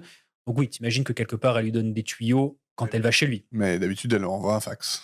Oui, c'est vrai qu'elle lui envoie un fax. On voit la scène, effectivement, où elle lui envoie un fax. Ils sont pas censés se croiser. Hein. Non, pas trop. D'ailleurs, ils se croisent jamais. Tu sais même pas si, théoriquement, ils savent ou ils savent pas. Tu te dis que normalement, ils devraient remarquer, mais peut-être qu'ils passent complètement à côté et qu'elle fait ça furtivement. Quoi. Parce qu'elle est discrète.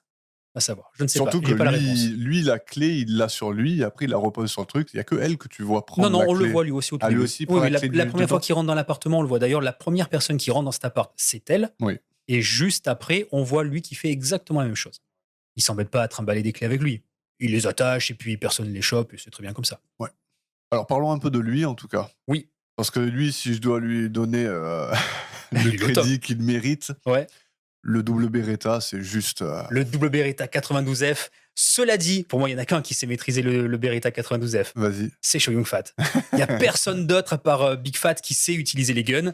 Et tu vois très clairement que Wong Kar-wai, le boulot est propre quand il y a les phases de gunfight. Ouais, c'est bien. Ça fonctionne. Les ralentis sont efficaces, du coup, il y a un peu de blur, tu vois pas trop comment ça marche. Lui, il a une bonne dégaine, c'est sympa. Bon, après, faire tout un film d'action de cette manière, je sais pas s'il en serait capable. De Grandmaster, c'est déjà un peu plus basé sur l'action, mais c'est de l'art martial, c'est pas du gunfight en permanence. Les scènes sont chouettes, mais c'est pas du John Woo, qu'on se le dise. Donc c'est cool, mais bon. C'est cool, il est stylé, quoi. Il est quand même stylé. Lui, il fait bien le taf, il est sympa. En plus, il présente bien, dans le sens où c'est un assassin, il a une bonne gestuelle, il a une bonne tenue. C'est pas Cho Yun-fat. Mais ça va, il fait le café. Mais quand il rentre quelque part, il est déterminé, il est stylé, il est discret. Et puis, il fait un sacré carnage. Ouais. Moi, ce que j'aime bien chez lui, c'est la manière dont il se présente, en disant: «Je suis quelqu'un de paresseux. Les contrats, il va pas les chercher. On les lui amène et ça lui convient parfaitement». Et pour se faire un peu plus de pèse, ben, il va récupérer des dettes de mafieux et puis s'il y a des mafieux qui débarquent, ben, il sort les guns et puis il s'arrange comme ça. Bah, tu comprends vite qu'il en a rien à carrer de mourir, quoi. Exactement. Il vit sa vie, il sait qu'elle est dangereuse, Mmh. il y a aucun problème pour ça. Ouais. Après aussi, il est bon. Oui, c'est clair, c'est parce qu'il est bon, mais déjà, c'est un miracle des fois, qu'il soit encore vivant. Il arrive, il a 3 mecs derrière lui qui tirent, il se retourne, il les bute, mais tu à une balle près De crever. de crever, ouais. Exactement. Mais oui, tu sens que c'est un personnage, lui, qui a pas trouvé le but de sa vie, quoi. Mais aucun des 5 personnages ne l'a trouvé. Ouais, mais il y en a qui sont quand même déterminés à poursuivre quelque chose, quoi. Lui, tu sens que déjà, c'est un mec, il a payé 30 balles à une femme pour prendre une photo Oui. d'elle pour qu'il puisse dire aux gens qu'il est marié. Donc Exactement. en fait, il s'en fout. Au lieu de se marier, lui, il veut faire paraître les choses aux gens, mais il a pas de but dans la vie. C'est intéressant ce que tu dis parce que moi, je le vois différemment. Quand il se présente comme étant quelqu'un de paresseux, Ouais. pour moi, quand il explique le coût de la photo, justement qu'il a payé cette femme 30 $ et qu'il a filé une glace à un gamin pour faire croire que c'est son fils, la manière dont cette vie de famille qui s'est construite t'est présentée, c'est surtout quand il rencontre un des mecs qu'il a connu dans le bus. Mhm. Je vois ça plutôt dans le sens où, voilà, j'ai monté un subterfuge pour pas qu'on me casse les couilles, pour pas que j'ai à en raconter plus que ça. Genre quand on te demande, ouais, t'es marié, t'as des enfants? Tiens, regarde, j'ai une photo. Ah ouais, c'est cool, t'es marié, t'as des enfants? Ouais. Mhm. J'ai besoin de rien dire de plus, tu vois. J'ai pas besoin de m'inventer une histoire. Le côté paresseux, je l'entrevois dans le sens où, comme ça, je me prends pas la tête. Ouais. Je me fatigue pas. Et il y a une phrase qui résonne par rapport à ça. Quand à un moment donné, il se prend une balle, il est blessé, et on le voit qu'il se soigne chez lui, toujours en clopant et en buvant un coup à la grande. Il dit la phrase suivante: je déteste sortir les balles de mon corps, c'est épuisant.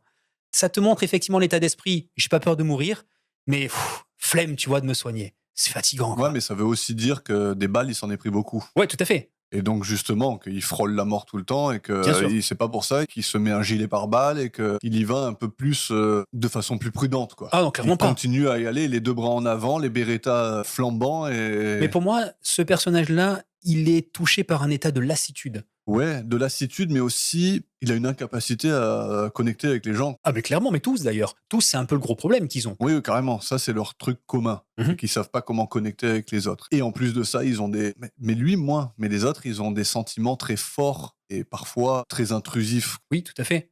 Mais lui, justement, flemme, encore une fois. Quand il va voir l'entremetteuse, il voit qu'il y a un lien avec elle. Elle veut une relation avec ce gars-là.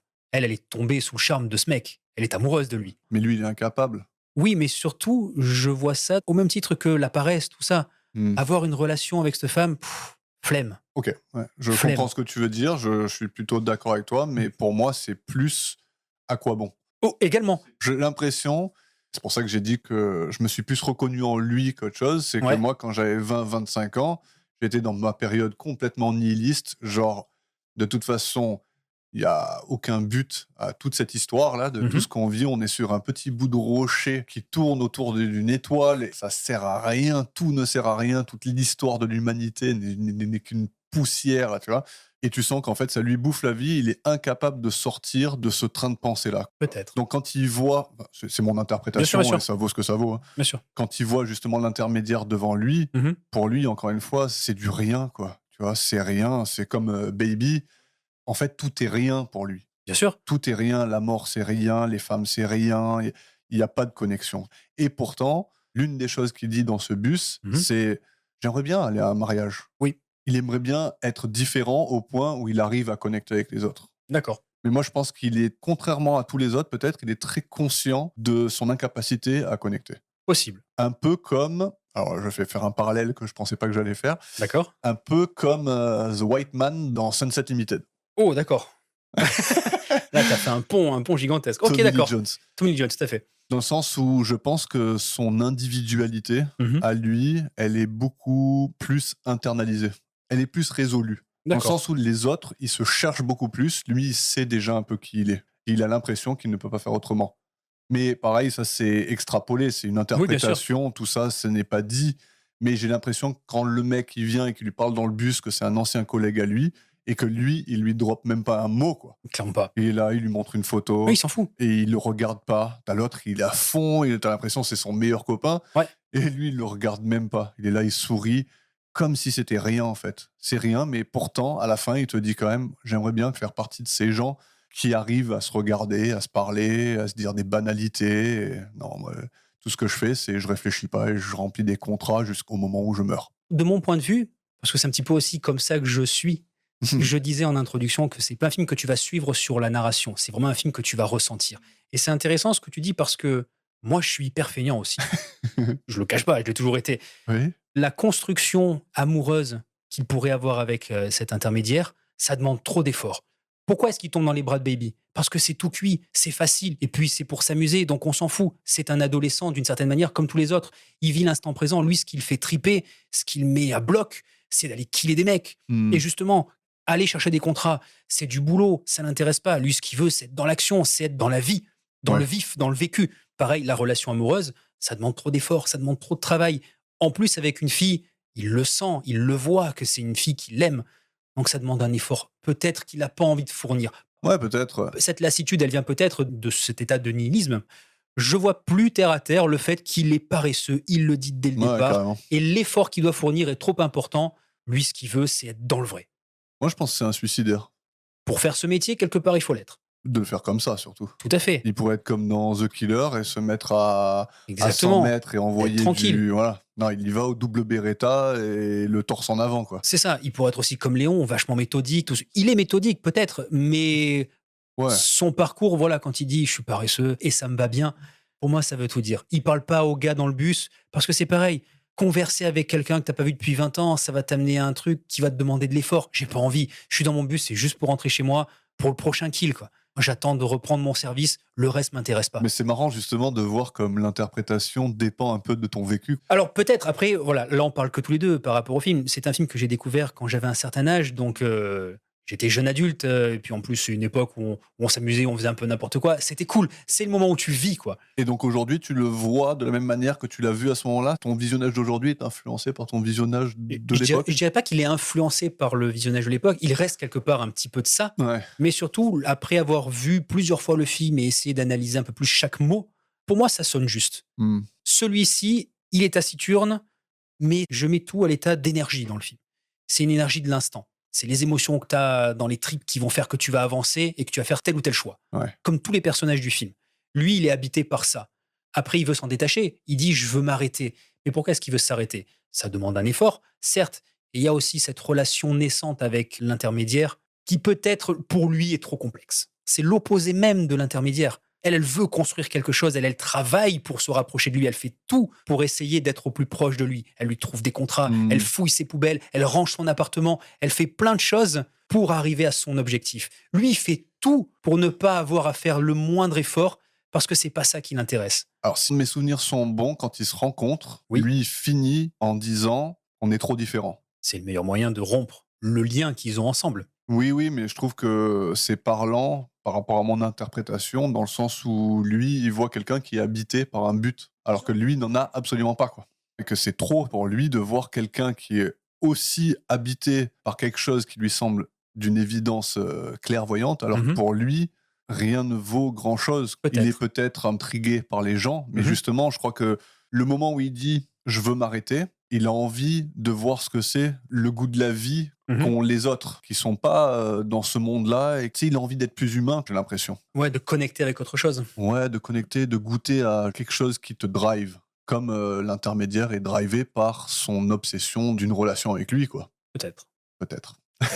En tout cas, personnage mystérieux, personnage habité, moi je le trouve superbe. Ils sont tous superbes, chacun à leur niveau, parce qu'ils sont vraiment tous différents, ils sont tous extrêmes dans leur manière d'être. Non, pas extrême, j'exagère, mais il y a quelque chose au fond d'eux qui les habite et ils sont tous très différents les uns des autres. Mais l'intermédiaire est encore plus fascinante. L'intermédiaire, justement, on rentre dans l'intermédiaire.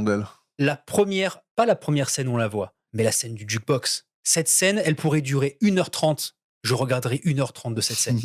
Elle est incroyable. Il n'y a rien, il n'y a pas une phrase, il n'y a que des gros plans du jukebox, très jaune, vert et rouge. Ce jukebox, elle a la tête collée dessus, elle a son bras qui pend, elle a sa cigarette avec cette fumée qui s'évapore et il y a la caméra qui fait que bouger pendant 2 minutes.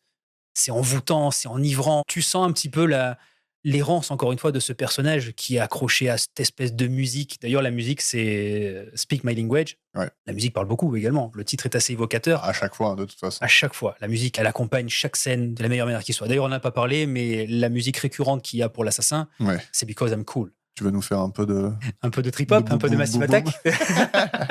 Non, je l'ai. Non, la musique dans le film est franchement... Elle est superbe. Ouais, elle est super. Mais cette scène du jukebox, quelle scène. Ouais. Moi, c'est un tableau vivant, ce truc-là. Et elle te parle. Alors, c'est pas un truc qui va te toucher émotionnellement. Parce que concrètement, il n'y a pas de tristesse, il n'y a pas de peine. Mais c'est envoûtant. C'est hypnotique. Tu regardes cette scène, tu peux pas décrocher. Je vais pas dire sensuelle, parce qu'il n'y a rien en plus. Il n'y a rien du tout. Mais elle dégage quelque chose d'incroyable. Ouais. En plus, elle a cette frange sur les yeux. On voit jamais ses yeux. Tu sais jamais si elle pleure, si elle est joyeuse, si elle est... Bon, joyeuse, elle est pas du tout, parce que elle est clairement pas. Assez rarement, ouais. Mais en fait, tu vois rien. Il n'y a pas d'émotion qui transparaissent d'elle, parce qu'on voit jamais ses yeux. Quasiment jamais ses yeux. Sauf à la fin, quand elle mange ses nouilles. Et justement, qu'elle détache ses cheveux juste pour se remettre pour se comme elle remettre, était, quoi. exactement. On en reparlera de cette scène parce que fumer en mangeant, puis en plus c'est en gros plan, c'est un peu chaud quand même. Cette scène, moi, Elle est choquante, cette scène. Hein. Elle me dégoûte un peu. Exactement, j'allais dire pareil. Il y a un peu de dégoût, ouais, dans le sens où c'est... Comme elle mange et tout, c'est malsain un peu. C'est pas agréable du tout à regarder. Non, esthétiquement, déjà, elle a le teint vert. Ouais, bleuté, elle est très bleuâtre à ce moment-là. T'as l'impression qu'elle est malade, t'as l'impression qu'elle a disjoncté quelque part dans sa tête. C'est ça. Elle mange des nouilles trop bizarrement, elle tire sa clope entre chaque truc, elle déglutit en même temps. Ouais. Franchement, tout le côté glamour qu'elle peut dégager pendant tout le film, à ce moment-là, tu te dis, oh. Elle a tout perdu. Pourtant, il n'y a rien de dégueulasse, il n'y a rien de vilain, de moche. Non. Après, l'effet fisheye, il fait aussi. Ouais, hein, bien sûr. Elle est toute distordue. Là. Bien sûr. Il y a tous les parallèles qui ne le sont pas. Tout est rond et tout est exagéré. Cette scène, je suis d'accord avec toi, un peu dégoûtant. Elle est dégoûtante. Il y a un peu de dégoût de ça. Tu vois, tu te dis, j'ai plus faim là. Là, j'ai plus faim. Ouais, c'est ça, exactement. Mais justement, ça doit être l'intention du réalisateur. Et parce que toutes ces clopes, elles sont superbes. Alors oui. Toutes ces scènes de cigarettes. Parlons un peu des cigarettes quand même. Ils en fument 38 à la minute. Mais c'est franchement... Alors, ça tue, hein, ça tue la cigarette. Mais ça tue dans tous les sens. Hein. C'est classe. Parce que ce ne sera jamais pas classe, la cigarette. Quoi. Alors, en plus, dans ces années-là, là, on est milieu des années 90 à Hong Kong. Ouais. Le tabac, il est au max. Là, on est rentré dans une mouvance depuis des années maintenant, depuis même plusieurs décennies, j'ai envie de dire, ça fait quoi? Allez, un peu moins de 20 ans, où la clope, vraiment, on fume plus dans les lieux publics, on fume plus nulle part et on fait du sport. Il y a de moins en moins de cigarettes dans les rues. Tu as l'impression même qu'il y a moins de gens qui fument tout court. Carrément. Mais à cette époque-là, le tabac, il était au max du max. La cigarette, c'était l'extension des doigts. De toute chose, de ce que tu ressens, de ce que tu vis, de ce que tu montres aux autres. Puis en plus, dans ces films-là, les films asiatiques, ils ont tous la clope au bec. Ouais. Tous les mafieux, ils fument. Tous les mecs, ils ont une posture de dingue. Ça sublime le personnage. Mais c'est stylé, quoi. Et elle, putain, dans cette scène du jukebox, c'est fantastique. Mais même dans la scène où elle est chez elle, elle a toujours la clope. C'est ouf. En plus, il la fume bien, la cigarette. Ouais, carrément. Il la fume naturellement, c'est pas... Takeshi Kaneshiro, quand il conduit le camion de glace, qui fume sa clope, t'as l'impression qu'il la mâche en même temps, il la bouge dans tous les sens. Carrément. Trop de style. Il y a une gestuelle de la clope dans ce Trop de film. Style. Je sais pas si ça a été égalé, quoi. Et il y en a qui la fument aussi, la clope. Moi, j'ai un Robert Downey Jr. dans Kiss Kiss Bang Bang. À un moment donné, il s'allume une clope et il la fait tourner autour de ses lèvres. Ça dure 3 secondes. Hein. Je sens un petit flash, les meilleurs clubs du cinéma de ces jours. Possible. En tout cas, grande classe dans ce film Robert Downey Jr. Mais après, tous les films de Wong Kar-wai, dans In the Mood for Love, il fume 1000 clopes aussi. Il y a même des plans où il y a juste la fumée blanche dans In the Mood for Love. Mais ils fument de façon plus sophistiquée quand même. Comme tu dis, dans ce film-là, ils mâchent leur clope. Des fois, ils l'ont dans la main, mais elle a 2 doigts de tomber sur leur lit.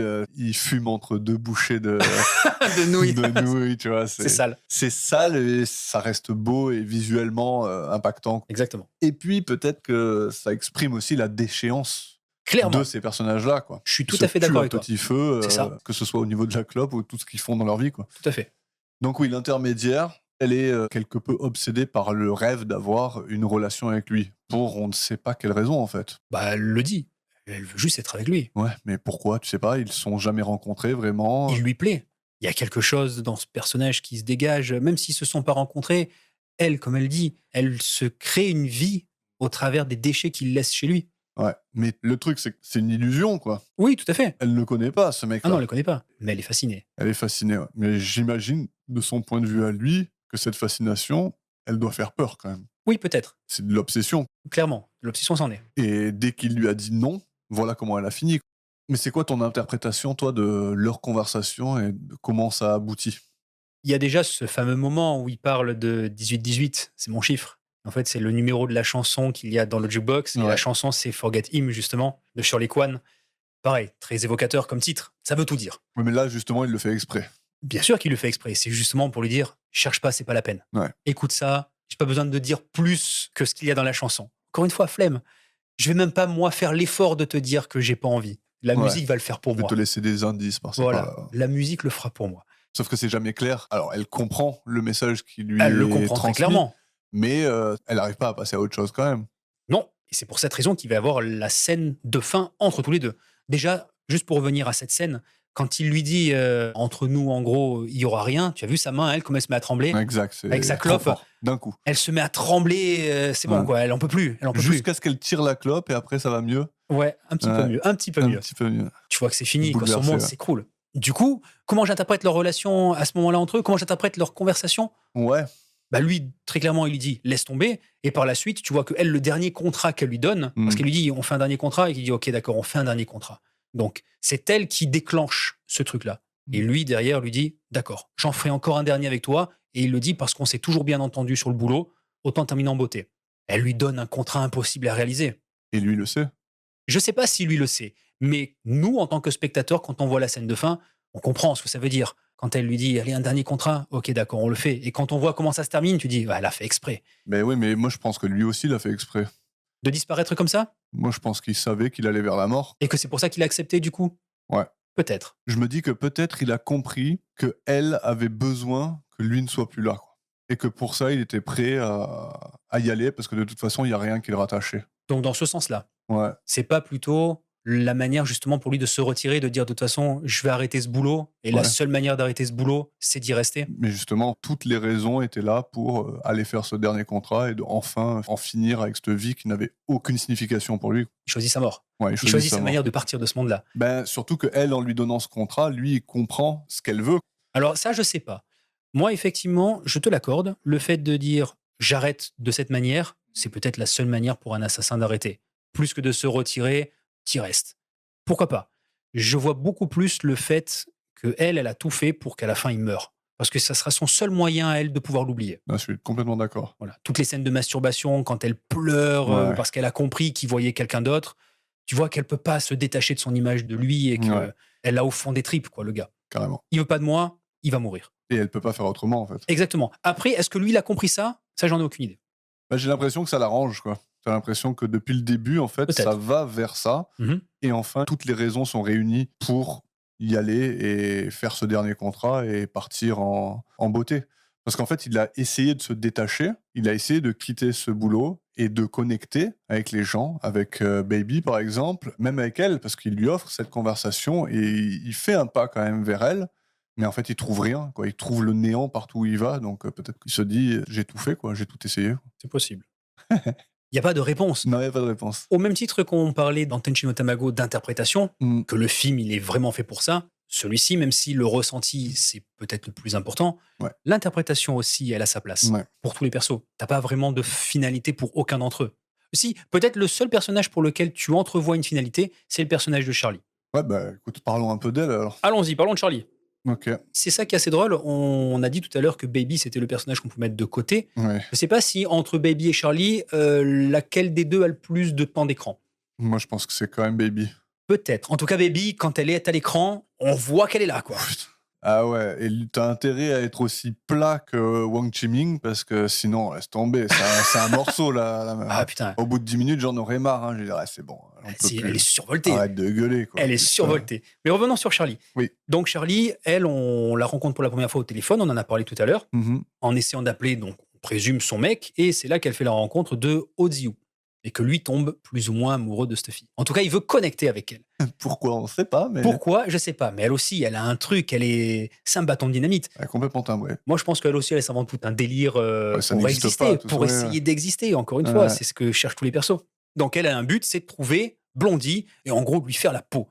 De n'importe quelle manière qu'il soit. D'ailleurs, il y a une scène qui me fait mourir de rire à chaque fois que je la vois. C'est quand justement ils partent tous les deux avec Iziou et qui vont dans tout l'immeuble. Ouais, voilà, que lui, il a cette espèce de vaporisateur de tu sais pas ce que Non, c'est. c'est un cocktail Molotov. Ouais, mais il est même pas allumé le cocktail Molotov, il est éteint, quoi. C'est pour ça que je disais que c'est un vaporisateur, il y a rien, quoi. Donc lui, il est toujours au-dessus, elle est toujours en dessous, il ouvre chaque porte et à chaque fois, il dit la même chose. Bandit, si t'es là, machin. Non, c'est peut-être pas le bon étage, quoi. Et puis il repart et il referme la porte et il repart. Lui, il est content d'aider quelqu'un. Mais lui, il suit. Parce qu'il est comme ça, lui aussi. Il marche à l'instinct, ils sont tous dans le vif. Encore une fois, c'est un mot qui est assez pertinent pour ces personnages-là, qui vivent de leurs émotions, de l'instant présent. Donc lui, il la suit. Ça suscite son intérêt, quoi. Tout à fait. Il sait pas pourquoi, mais... Non, mais est-ce qu'elle a besoin d'aide? On sait même pas, parce qu'elle lui demande pas de l'aide, finalement. Elle lui demande rien. Non. Bah ok. Donc ça fait un duo un peu casse-cou. Et complètement branque, hein, d'ailleurs. Ouais. Donc il cherche quelqu'un qu'il ne trouve pas. On sait même pas si c'est exactement là que ce personnage habite. C'est clair. On n'en a aucune idée. Quand il commence à parler au vieux et qu'il commence à lui toucher les cheveux mais en oui, disant « Ah, t'as un peu des cheveux blonds et tout. » C'est ça. C'est un vieux, c'est ça, Blondie. N'importe quoi. Et arrive la poupée gonflable. Ouais. Bon, la scène avec la poupée gonflable, ça, exceptionnelle. Exceptionnelle. Phénoménal. Donc lui, il prend une poupée gonflable, il l'allume. Ouais, c'est Blondie, elle commence à la tamasser. Mais déjà, alors fou. Ils sont tous les deux assis quelque part. Oui. Il part pour aller chercher. Déjà, où il est allé la chercher. Aucune idée, on n'en sait rien. Et ils reviennent, mais je sais pas combien de fois ils l'ont fait, cette scène, mais ce que je sais, c'est qu'ils ont gardé la meilleure. Ah, franchement, c'est top. Parce que là, quand il claque la rythmique, elle est parfaite. Elle est parfaite. Mais même avant de claquer la porte de l'ascenseur sur sa gueule, il lui met la clope dans la bouche. C'est trop fort. Ah oui, quand il met clope dans la bouche, qu'il lui claque la porte dans le pif, là. Quand t'écoutes Charlie à ce moment-là, elle lui dit « Mais t'es malade ou quoi ?» Tu vois, genre, qu'est-ce que t'es en train de faire? C'est pas bien de faire ce que tu fais. Tu vois, alors qu'elle, elle a tabassé la poupée. Mais toi, t'es un grand malade. Complètement fou. Les mecs qui ont aucune conscience de rien, quoi. C'est ça qui est cool aussi dans le film. Tu as un couple qui est écorché vif entre, justement, l'assassin et l'intermédiaire. Et t'as eux deux. Voilà. Aux antipodes complets du premier couple. Ils sont tout feu, tout flamme, ils font nimp, ils se font que crier. Enfin, surtout elle, parce que lui, il parle pas. Et les gags, ils sont bons. D'ailleurs, juste après, quand ils ont explosé cette poupée gonflable, c'est là qu'ils se retrouvent dans le restaurant et qu'ils se mettent à parler doucement. Ouais, Blondie, je sais pas où est-ce qu'on va la trouver, blablabla. Et là, ça repart en couille dans le resto. Et qu'ils repartent sur cette scène de baston avec la musique à bloc, avec ce travelling latéral au ralenti. C'est superbe. T'as des phases d'humour, t'as des phases burlesques qui sont dynamiques avec eux, et tout est bien rythmé. Autant la mélancolie que tu peux avoir avec le premier couple, elle te touche, elle est sombre. Leur romance, elle est plaisante parce qu'elle est dramatique, elle est pessimiste. Mais eux, leur romance à eux deux, elle est survoltée. Ça marche extrêmement bien aussi. Ouais, mais elle ressent absolument rien pour lui. Que dalle. Elle, que dalle. C'est ça aussi qui est cool. La scène juste après la baston, c'est là où lui commence à dire « Oui, je suis tombé amoureux. Alors, le grand amour, on le découvre quand on est adolescent. Moi, je l'ai découvert sur le tard. Je sais plus exactement comment il tourne la phrase, mais en gros, il dit qu'il a découvert l'amour. Il donne la date. Oui, il donne la date. Et la date, c'est... Là, je l'ai noté. Je tente le 21 mai 95. Non, c'est bon, je l'ai. Le premier amour, c'est le 30 mai 95. Oh, pas mal, j'étais pas loin. Donc, en noir et blanc. Et cette scène, elle est fantastique. Pareil, noir et blanc. Alors, j'imagine qu'ils ont filmé derrière une vitre avec de la pluie. Plus cet effet de ralenti, de flou, un peu, de flou, de bouger, et surtout t'as l'impression qu'il manque des images. Ouais. Il y a un peu ça dans les scènes d'action avant, quand il est en train de. T'as l'impression que c'est pas le même framerate sur toutes les scènes. Mais autant elle peut susciter la tristesse et la peine, cette scène, mais avec sa voix off à lui, la situation complètement absurde que elle regarde dans le vide, et que lui, il essaie de se rapprocher, qu'il lui met la tête. En plus, il est muet, c'est son seul moyen de communiquer avec elle. Elle est à la fois poétique, elle est à la fois romantique, elle est à la fois marrante. Absurde complètement, et visuellement, elle est sublime. Il y a tout dans cette scène qui résume intégralement ce qu'il y a dans le film. C'est un melting pot de tout.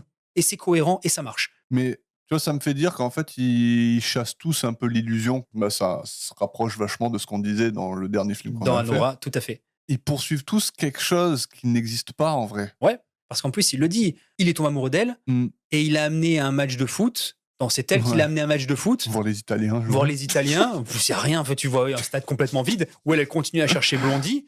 Donc lui, il se dit, trop bien. La meuf, elle me mène dans un stade. Non, elle cherche Johnny, là. Oui, elle cherche Johnny, effectivement, parce que lui, il aime le foot. Donc allons le retrouver parmi des dizaines de milliers de personnes, tu sais. Là, il est deg. N'importe quoi, parce que forcément, il le trouve pas. Mais pour lui, c'est super. Elle continue à m'amener avec elle dans sa vie. Oui, mais sauf que surtout, elle l'a amené pour aller voir son ex. Oui. Mais après, lui, qu'est-ce qu'il fait? Il dit, du coup, je l'ai rappelé pour retourner dans le stade. Sauf que là, cette fois-ci, lui, il est tout seul. Ouais, mais justement parce qu'il s'est rendu compte qu'elle, elle cherchait plus que Blondie, elle cherchait surtout Johnny. Oui, tout à fait, il s'en rend Mmh. compte à ce moment-là. Ouais, voilà. La tristesse qu'il ressent là, à ce moment-là. Ouais, mais malgré cette tristesse, il garde le smile. Lui, c'est le personnage lumineux du film. Ah bah oui, il a 6 ans d'âge mental, c'est normal. On peut dire ça. Mais son côté loufoque, bon, déjà, ça t'aide. En plus, c'est assez drôle. Il a la couleur de cheveux qui change Ouais. quand il est amoureux. En gros, c'est ça. Alors, c'est très bête parce que ça fait une situation, encore une fois, complètement loufoque, complètement improbable et absurde. Son père qui lui nettoie les cheveux en lui disant « Ah, tu deviens blond, qu'est-ce que c'est ce délire ?» Et que lui dit « Oui, à ce moment-là, j'ai commencé à avoir, oui, les cheveux complètement blonds. Qu'est-ce que c'est ? Il devient lumineux, il est touché par quelque chose. L'amour, ça le fait changer. » Tu peux le voir ça très terre à terre, en fait. Et pourquoi ça affecte son père? Bon, on s'en fout, ça affecte son père parce qu'il lui nettoie la tête, peu importe. Ils sont loufoques, c'est le côté complètement barré de l'histoire, Ouais. de l'histoire du film. Bah Ce apparemment, personnage-là. l'envie de shampouiner les gens, bah, c'est passé de père en fils, je crois. Tout à fait. Ça, c'est vrai. Mais cette transformation physique qui s'opère à ce moment-là sur lui, c'est ça. C'est un état de changement. Ouais. Parce qu'après, derrière, quand il s'aperçoit qu'elle aime pas, hop, il dit bah, mes cheveux sont redevenus bruns. Il a repris sa vie normale. Son changement est terminé. Voilà, merde. L'amour Sa m'a glissé métamorphose. entre les doigts. Mmh. C'est fini. Hop, les cheveux redeviennent tout noirs. La transformation physique chez ce personnage-là, aussi absurde soit-elle, ben, elle est évocatrice quand même de ça. D'un changement, d'une transformation, d'un état nouveau. L'amour qui naît, tout simplement. Et ça t'est transmis de la manière la plus barrée qui existe. Qui n'existe même pas d'ailleurs dans la vie réelle. Changer la couleur de cheveux, n'importe quoi. Ça t'arriverait pas dans le segment justement de l'assassin. Ouais. Ce truc-là, pas du tout. C'est assez marrant, ça fonctionne, ça marche. Moi, je trouve ça frustrant, moi, perso. De quoi que lui puisse pas atteindre ça. Non, je trouve ça frustrant de... J'arrive pas à ressentir merde. le truc. Je comprends ce que tu dis et je suis d'accord avec toi, mais ça ne marche pas sur moi, sur le coup. Et c'est bien dommage. Je sais pas s'il y avait besoin qu'il soit aussi barré, je sais pas. Il me fait un peu de la peine, ce mec. Mais tout à fait. Il en provoque beaucoup de la peine. Sauf que son grand sourire et son côté barré, ça te permet d'occulter cette facette-là du personnage. Ouais. Le seul moment où il tire la gueule, c'est à la fin, quand il y a le point de lumière qui apparaît, quand il y a le jour qui se lève, quand il sort du tunnel en moto et qu'il a l'entremetteuse avec lui derrière. Ouais. Donc potentiellement, quelque chose de nouveau qui va se construire. C'est le seul moment où vraiment il tire la gueule. Mais ça, on y Pourquoi reviendra sur la scène de fin. Est-ce qu'on parle pas de Blondie? Baby De Baby Pardon, de Baby. Baby, que l'on rencontre pour la première fois dans un McDonald's. Ah oui. Scène géniale d'ailleurs, la manière dont elle arrive. Est-ce Ouais. que je peux m'asseoir à côté de vous? Et là, t'as la caméra qui tourne, il y a personne dans tout le resto. Bah, c'est tout à fait lui, ça, tu vois, de bien regarder partout. Ça. Ouais, Et elle qui vraiment, en plus, c'est super parce que c'est vraiment une table qui est collée. c'est clair. Trop forte. Et donc, elle va le ramener chez elle. Par un temps de pluie, Ouais. de grosse pluie. Elle va être très joueuse Ah oui, et très bruyante. aussi. Tout le contraire De lui. de notre jeune homme. Qui la regarde comme si c'était un extraterrestre. Et ouais, ils vont passer la nuit ensemble, quoi. Ouais, après avoir discuté un petit peu dans la salle de bain. Ouais. Et c'est là qu'elle lui dit des trucs un peu bizarres aussi. Hein. Ouais. Mais oui, on se connaît. C'est moi, c'est Baby. Mm. Hein, quoi, je t'ai jamais vu de ma vie. Mais oui, tu m'as vu. Tu m'aimes. Et demain, tu m'aimeras encore plus. Ouais, j'ai rien compris encore. J'ai rien compris à ce personnage-là. Bah, elle, c'est pareil, c'est le feu. Ouais, c'est le feu, ouais, mais... Elle a le feu, elle est habitée par un truc, elle s'amuse à 100%. Ouais, mais putain, c'est pas séduisant pour un sou, quoi. Absolument pas. Mais elle vit Putain. l'instant présent aussi. Ouais. Mais il faut qu'elle arrête. Pourquoi? Non, je dis ça, mais non, chacun est comme il est, mais c'est de l'hyper-excentricité. C'est un répulsif. Ouais, c'est pareil. Moi, une personne comme ça, au bout de 5 minutes, Je laisse tomber. Ça passe par la il était en fenêtre, bas hein. dans le couloir, elle commence à gueuler et tout. Moi, dans ma tête, je me dis, vas-y, mec, barre-toi, quoi. Ah, c'est ça. Hein. C'est le moment, là. Non, mais lui, voilà, c'est peut-être aussi ce Non. dont il a besoin. Ouais, peut-être. Quelque chose de facile, de pas complexe, un truc où on se prend pas la tête, tout est déjà prêt, tu vois. Il a pas besoin de travailler, Certes, mais bon, elle est quand même aux antipodes de lui. bien sûr. Elle est poussée par tout un tas de sentiments, Mhm. là où lui, c'est tout le contraire. Ouais. Et pourtant, ils se rapprochent. Mais bon, comme tu dis, voilà, ils vont passer la nuit parce que pour lui, c'est facile. Elle va s'attacher à lui. Mais lui aussi, d'ailleurs. Hein. Je dirais pas que lui va s'attacher à elle. Par contre, tu vois qu'ils passent plusieurs moments ensemble, Ouais, plusieurs nuits ensemble. ouais. Et ça se voit justement quand dans le métro, Baby va croiser le regard de l'intermédiaire. Et c'est elle qui va reconnaître le parfum. Exact. Les deux d'ailleurs vont reconnaître le parfum. Ouais. Le parfum de lui, Et oui, parce que elle dit qu'en cherchant les poubelles, elle découvre les gens, elle sait qui Ouais. ils sont. donc elle met son parfum. Et l'autre, ben justement, elle a sur elle sa chemise ou je sais pas quoi, et elle a des trucs qui lui appartiennent à lui. Donc quand toutes les deux se croisent, toutes les deux ont compris que... L'une et l'autre savent qui c'est, quoi. Exactement. Elle est bien, cette scène. Elle est bien, cette scène, J'aime bien exactement. ce genre de scène où les gens se croisent pour la première fois et se rendent compte de Ouais. qui ils sont. On peut faire un parallèle avec In the Mood for Love. Quand Madame Chan rentre dans l'appartement de Monsieur Cho en lui disant: «Ah, j'ai entendu du bruit, je pensais que vous étiez, je sais plus, qu'il y avait une histoire entre vous et votre mari». Il fait: «Non, non, mon mari, il est pas là et moi, je suis là parce que je suis un peu malade». Mmh. Qu'elle, en fait, elle a vu que le sac à main qu'avait cette dame, bah, c'était le même que le sien Exact, et exact. que c'est celui que son mari lui avait ramené du Japon. C'est ça. Et donc, elle comprend à ce Comme ça moment-là qu'elle sait qu'elle le trompe, qu'il la trompe. qu'il la trompe, exactement. Et quand après, il dîne avec, donc elle, Madame Chan et Monsieur Cho en tête-à-tête, qu'elle lui dit: «Votre cravate, ah, vous l'aimez bien?» En gros, elle a compris que son mari, elle a la même Ouais, et du coup, elle lui fait comprendre que, bah, sa femme le trompe lui aussi. Donc, c'est la même chose, en fait. c'est vrai. Encore une fois, tu peux dire que c'est la continuité d'un même rêve, d'un même film. C'est pour ça que j'aime bien cette manière d'approcher l'entièreté de la filmographie de Wong Kar-wai. Il y a des segments d'histoire qui se retrouvent dans tous les films. Tu as des acteurs qui reviennent souvent.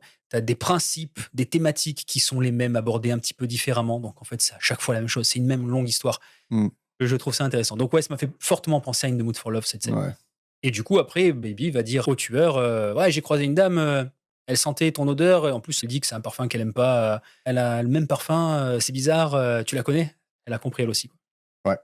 Et après, donc, il va avoir une conversation avec l'intermédiaire. Et Baby, elle est avec eux, Ouais. quelque part dans ce café-là. Qu'elle arrête pas d'ailleurs de les Ouais. faire chier, quoi. Carrément. La meuf, elle s'arrête pas. Elle Avec va les ses voir, elle les chips et regarde. ah putain, Ouais, quel putain, elle prend les casse-couille, chips. quoi. C'est qu'elle est pareil, on en parle du paquet de chips. Vas-y. Le style qu'elle a quand elle mange les chips, quoi. Moi, je trouve ça trop fort. Je trouve que les Asiatiques sont les seuls à pouvoir avoir ce type de comportement et que ça paraisse tellement classe. Ouais. Je trouve qu'elle a un truc, elle dégage quelque chose aussi, cette actrice. C'est pas du tout une figure glamour à ce moment-là. L'autre, elle a vraiment un style, elle est magnifique en plus. Femme fatale. Ouais, exactement, femme fatale. Elle, c'est n'importe quoi. Déjà, elle a un look pas possible. Abominable, t'allais dire. Ouais, abominable. Non, j'exagère un peu, c'est pas abominable. Vraiment incroyable. Ouais. Mais la manière dont elle bouffe ses chips, franchement, ça tue. Ouais. C'est un manga, quoi. C'est trop stylé. Ouais, c'est ça. Ça se rapproche beaucoup du manga. Très stylé. Mais après, c'est très excentrique, c'est Ouais. exagéré. Elle a une jambe sur la table, elle a l'autre jambe par terre à moitié en train de traîner, elle a un bras qui est ballant, elle a une posture complètement désaxée. Et... Ouais. Il peut arriver que je trouve ça stylé, il peut arriver que je trouve pas ça très séduisant. Ah, mais j'ai pas dit que c'était suffisant. Hein. Non, non, non, mais. Juste du style. Ouais, des fois, je vois trop le côté exagéré de la chose. Enfin, c'est complètement théâtral. Oh, bien Et sûr. des fois, ça me fait sortir du film. D'accord. Malheureusement, c'est un peu ça. De temps en temps, je sors du film et je vois les performances d'acteurs pour ce qu'ils sont. Autant ils peuvent sonner très juste, autant des fois, ben, c'est pas ma tasse de thé. D'accord. Ouais. Et en tout cas, voilà, le résultat de tout ça, c'est qu'il a cette conversation, il va y avoir ce dernier contrat. Mhm. C'est pour ça aussi que je pense qu'il sait qu'il va mourir parce qu'il quitte Baby juste après. Et Ouais. il quitte pas Baby pour être avec l'intermédiaire. Ce que Non. elle croit. Elle croit que cette conversation, c'est la fin de leur couple C'est parce vrai. que elle a un truc. Ouais. Lui, il va pas lui dire pourquoi il la quitte, mais en tout cas, il va jamais revenir. Non. D'ailleurs, je trouve aussi la manière dont ils se quittent tous les deux, Baby et le tueur, je la trouve classe. Ouais. Parce que c'est la même scène que la première Que fois. l'introduction, hein. Exactement, la première fois qu'ils se sont rencontrés. Pas la première fois qu'ils se sont rencontrés, puisque c'est dans le McDo, Ouais. mais la première fois où il est allé chez elle, donc c'est en bas dans sa cage d'escalier. Quand il lui dit en gros au revoir, hein, elle l'embrasse, puis après elle le mord. Et elle lui dit la phrase suivante: tu oublieras mon visage, mais tu n'oublieras pas ma morsure. Mm. Là, encore une fois, c'est très adolescent. C'est très adolescent et c'est un cri existentiel. Ouais, tout Je à veux fait. exister dans la tête de quelqu'un, j'ai Tout à fait. besoin de cette identité-là. Quoi. Mais tu vois, dans cet état d'adolescence où finalement ce que tu retiens de ces moments-là, presque, alors je vais exagérer, hein, mais c'est tout ce qui te fait de mal. Ce qui est bon pour toi, c'est pas le truc que tu cherches, c'est vraiment ce qui va te cogner les tripes. Mm. Et en gros, ouais, ce qui va te marquer, c'est la douleur que tu vas ressentir par moment. J'aime beaucoup cette phrase, justement. Ouais. Et après, elle se cogne contre tous les murs. Et elle rentre chez elle. Fin du personnage. Fin du personnage. Un peu fin de l'histoire, hein, au final, parce qu'on a déjà raconté le Quasiment reste. tout. Le seul truc dont on a parlé, c'est peut-être le segment qui t'a le plus plu, Ouais. celui avec le père. Ouais, je trouvais ça touchant, en fait, son passage d'enfant à adulte. Exactement. Pareil, la relation qu'il entretient avec son père. Déjà, ils sont très précaires tous les deux. Hein. Ils vivent dans un tout petit appart. Ils ont les deux lits collés les uns à côté des autres. Ouais. Le lit, il est collé à la salle de bain. D'ailleurs, il fait des Quand blagues il à son enferme père son dans les son père chiottes, dans les chiottes. avec un cintre. Ouais. Et puis après, il s'en bat les couilles, il se met s'endort dans et son après, il truc. n'entend pas parce que Exactement. il dort. Mais après, quand il se met à filmer son père avec cette caméra, pareil, extrêmement intrusive, il le filme en train de cuisiner, il lui met la caméra dans le short, n'importe quoi. Mais au final de ce film complètement barré, encore une fois, loufoque, tout ce que tu veux, il dit que c'est le seul truc qui donne le sourire à son père, justement. Ouais, mais c'est cool. Moi, j'ai bien aimé ça. Parce que lui aussi passe d'obsession en obsession. Quand il fait de la glace, il fait pas de la glace à moitié, il le fait à outrance. Et Mais il le sait pire, plus c'est quoi en qu'il faire. il fait même pas de glace. Ouais. Il a braqué Ouais, il a braqué un truc Voilà, il a et braqué un glacier, il s'est foutu dedans, il fait du fric avec. oui, Le peu qu'il peut faire. voilà. Il Mais fabrique rien. n'empêche que tu en vois tout le temps des glaces, quoi. Ah, Il en t'en vois tout ramène le à temps. son père et tout, Ouais, c'est vrai. Que son je père, en plus, il aime pas ça. Les glaces, j'aime pas ça. mais il la mange quand même la Il la glace, mange quand toute même. fondue là-bas. Parce que c'est son fils. Au même titre que quand il regarde le film que son fils a fait, Ouais. il sourit. Oh non, non, ah oui, c'est ça qui change, je trouve. Il y a un genre de shift au moment où il trouve cette passion-là Ouais. dans le film. Oui. Alors je sais pas si ça a un rapport avec la passion de Wong Kar-wai. Mhm. Je me dis peut-être il y a un peu de lui dans ce personnage-là. Le jour qu'il a eu un caméscope et qu'il a commencé à tout filmer, je me suis Possible. imaginé ça, tu vois. Possible. En tout cas, t'as l'impression que son père, il approuve jamais de ce qu'il fait Exactement. jusque-là. Parce que justement, il a le truc de glace, mais sa mère, elle a été renversée par un vendeur de glace.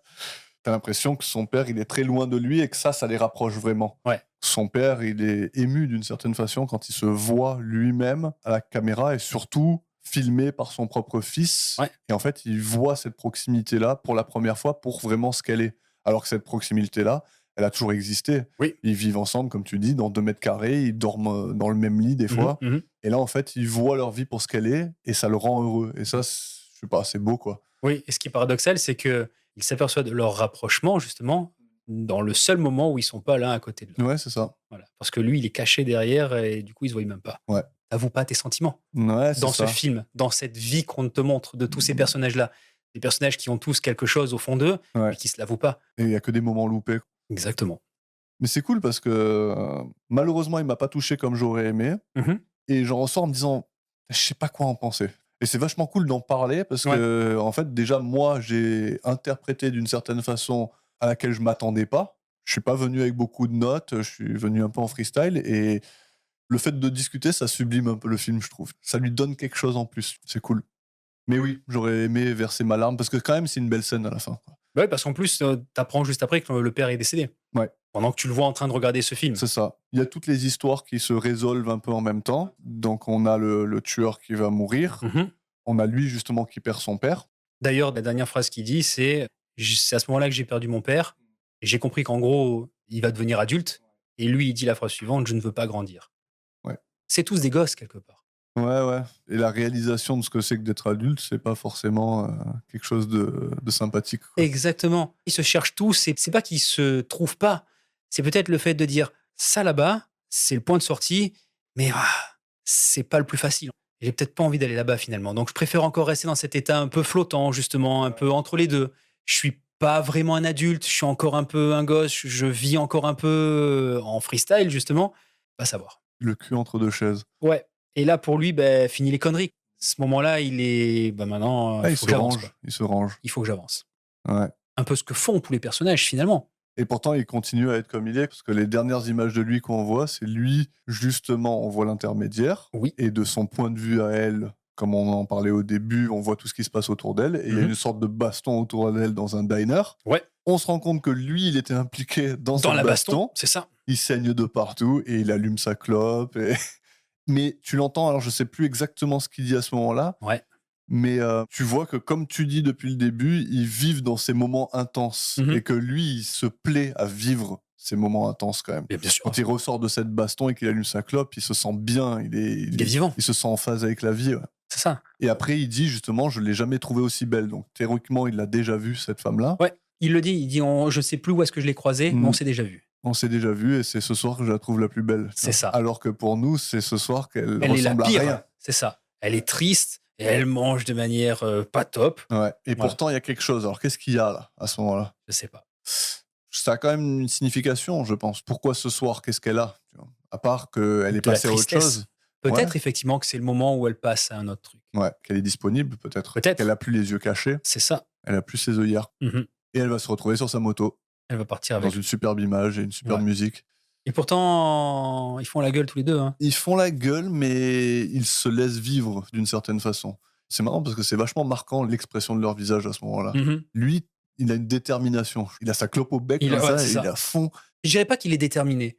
D'ailleurs, elle, je sais plus exactement ce qu'elle dit. Elle dit qu'en gros, voilà, c'est compliqué, c'est délicat. Mais les derniers mots, c'est « mais là maintenant, je me sens bien ». Et elle pose la tête sur son épaule à lui, et ils arrivent au bout du tunnel où il fait jour. Et là, on a la musique qui démarre. À ce moment-là, effectivement, tu vois que il y a peut-être de la résilience par rapport à leurs états à tous les deux. Lui, maintenant, il faut qu'il avance il faut qu'il grandisse. Et elle, il faut qu'elle oublie le tueur. Le bout du tunnel, il est là. Allons-y, quoi. Ouais. Et le jour se lève Et le enfin. jour se lève enfin. Il y a un petit peu d'espoir à ce moment-là. Il y a un petit quelque chose. Et pourtant, le personnage sur lequel tu peux te dire, elle, maintenant, elle a changé, elle a évolué, c'est le personnage de Charlie. Quand on voit Iziwu qui est à l'extérieur de son, je sais pas ce que c'est, ce Son snack, magasin. une espèce de magasin à l'extérieur, et qu'il la voit arriver, elle est habillée en hôtesse de l'air. Ouais. On garde ça dans un coin de notre tête pour l'instant. Il la voit et qu'il essaye de l'interpeller De se par faire toutes les remarquer, ouais. gestuelles. Donc en plus, il y a sa voix off qui parle et qui dit que c'est la dernière fois qu'il l'a vue, qu'elle avait changé et qu'elle a même pas reconnu, malgré tout ce qu'ils ont vécu ensemble.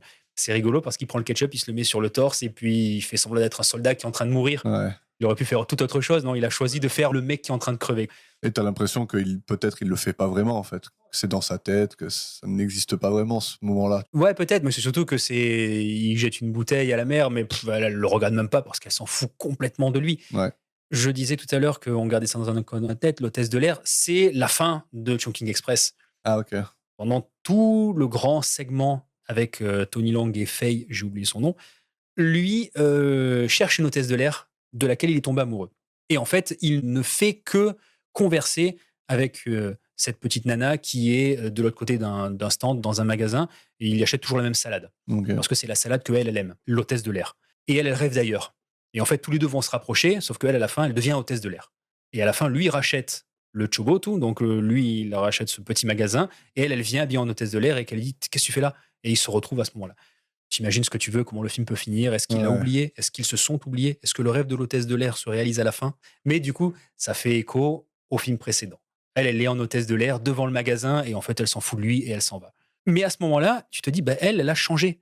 Et elle a trouvé une échappatoire à cette vie un peu monotone. Ouais, peut-être. Peut-être, on ne sait pas. Peut-être que c'est juste une façade. Ouais, un job pour dire je passe à autre chose, mais au fond d'elle, elle est toujours la même. Mais en tout cas, on n'a plus sa voix off à elle et on la voit habillée différemment, dans une posture différente, et elle sort du champ en laissant le mec par terre. Ouais. Il y a déjà un peu d'espoir dans ce personnage-là. Même si c'est pas elle que tu vas suivre à la fin, c'est vraiment les deux, c'est l'intermédiaire et lui en moto qui partent. Il y a plus d'espoir là-dedans, moi, je trouve.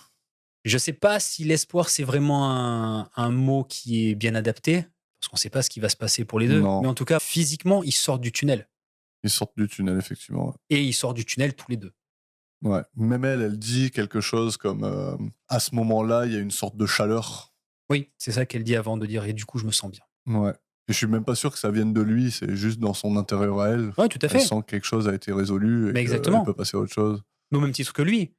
Il a ce visage à ce moment-là, c'est pas parce qu'elle est derrière lui. C'est juste parce que lui, maintenant, il va de l'avant. Ouais. Mais une sorte d'évidence, comme on a dit, le jour se lève. Et on finit sur cette belle chanson. Oui, Only You, qui est vraiment belle. Hein. Des Flying Pickets. C'est la seule musique aussi qui n'est pas du trip-hop et qui change de toute la vibe qu'on a eu dans tout le film. Moins dark. C'est pareil, c'est pas que c'est dark, hein, mais t'es dans cette espèce de flottement, encore une fois, c'est un bon mot. Un truc entre les deux. Alors tu connais mon amour pour le trip-hop, hein?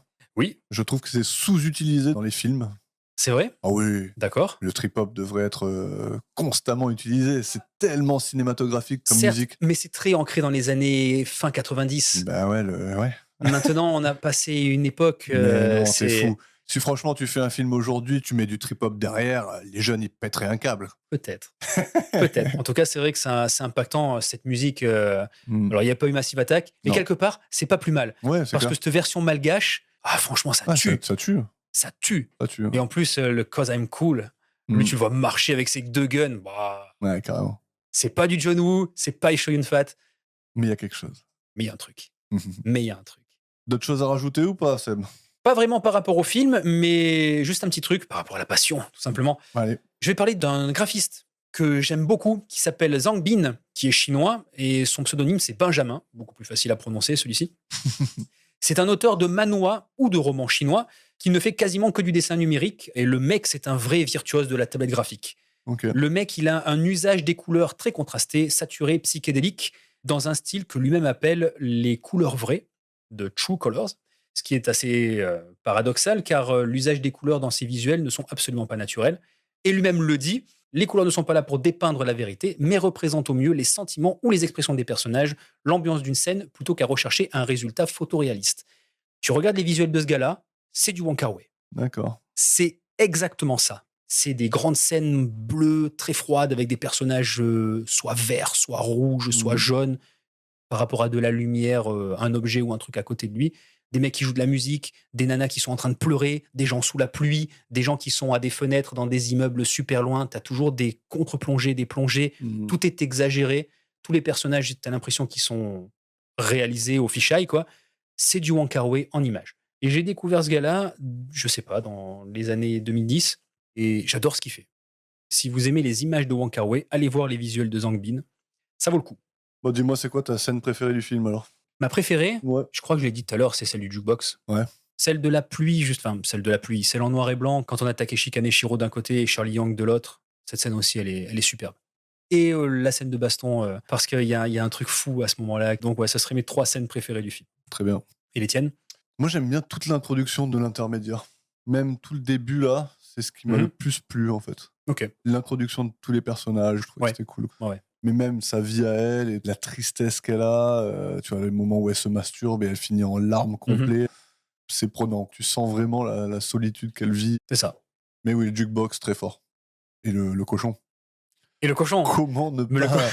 Comment oublier le massage de cochon, quoi. Le massage du cochon, c'est quelque chose, ouais. Un film qui parle donc de solitude, de désir, d'abandon et de folie. Si je devais résumer le film, ça serait ça. Et des moments perdus, comme tu as dit. Et des moments perdus.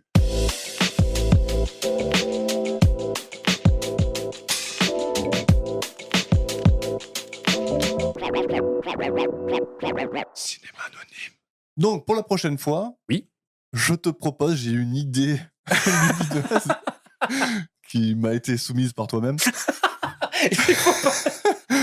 Il fallait pas dire. Ouais, mais moi j'aime pas. Il faut pas dire. Je suis pas un menteur. Il faut mentir systématiquement. On vit dans un monde de mensonges. Et ouais, c'est les joies du montage. Il faut pas mentir, c'est pas une bonne chose. Bon, oubliez ce que j'ai dit, c'est absolument mon idée authentique. Voilà ce que je voulais entendre. Je te propose qu'on voit un film qu'on a déjà vu tous les deux. Oui. Que tu m'as déjà proposé à l'époque, hein, quand j'avais la vingtaine. C'est moi qui t'ai proposé en plus? Je suppose. Bah, j'aurais pensé l'inverse, tu vois. En tout cas, ce film, c'est donc Pi. 314. Tout à fait. Donc, c'est un film de 1998 de Darren Aronofsky. Ouais. Ça fait longtemps que tu l'as vu? Ça fait un bail que je l'ai pas vu. Eh ben, écoute, on va le redécouvrir ensemble. Ouais. Et d'après toi, et d'après moi aussi, je pense qu'on aura pas mal de choses à dire. Ouais. Ça peut être sympa. C'est parti. Et la prochaine fois, je bûcherai mieux mes idées de prochains films. Ça marche. C'est ainsi que s'achève notre épisode. Un grand merci à vous tous de nous avoir accordé votre attention. Vos retours sont précieux pour nous, donc n'hésitez pas à nous contacter sur Facebook et Instagram ou à nous écrire directement à l'adresse podcast@cinémaanonyme.com.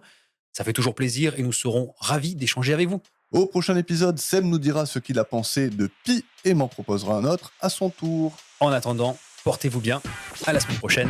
Et ne mangez pas d'ananas périmé.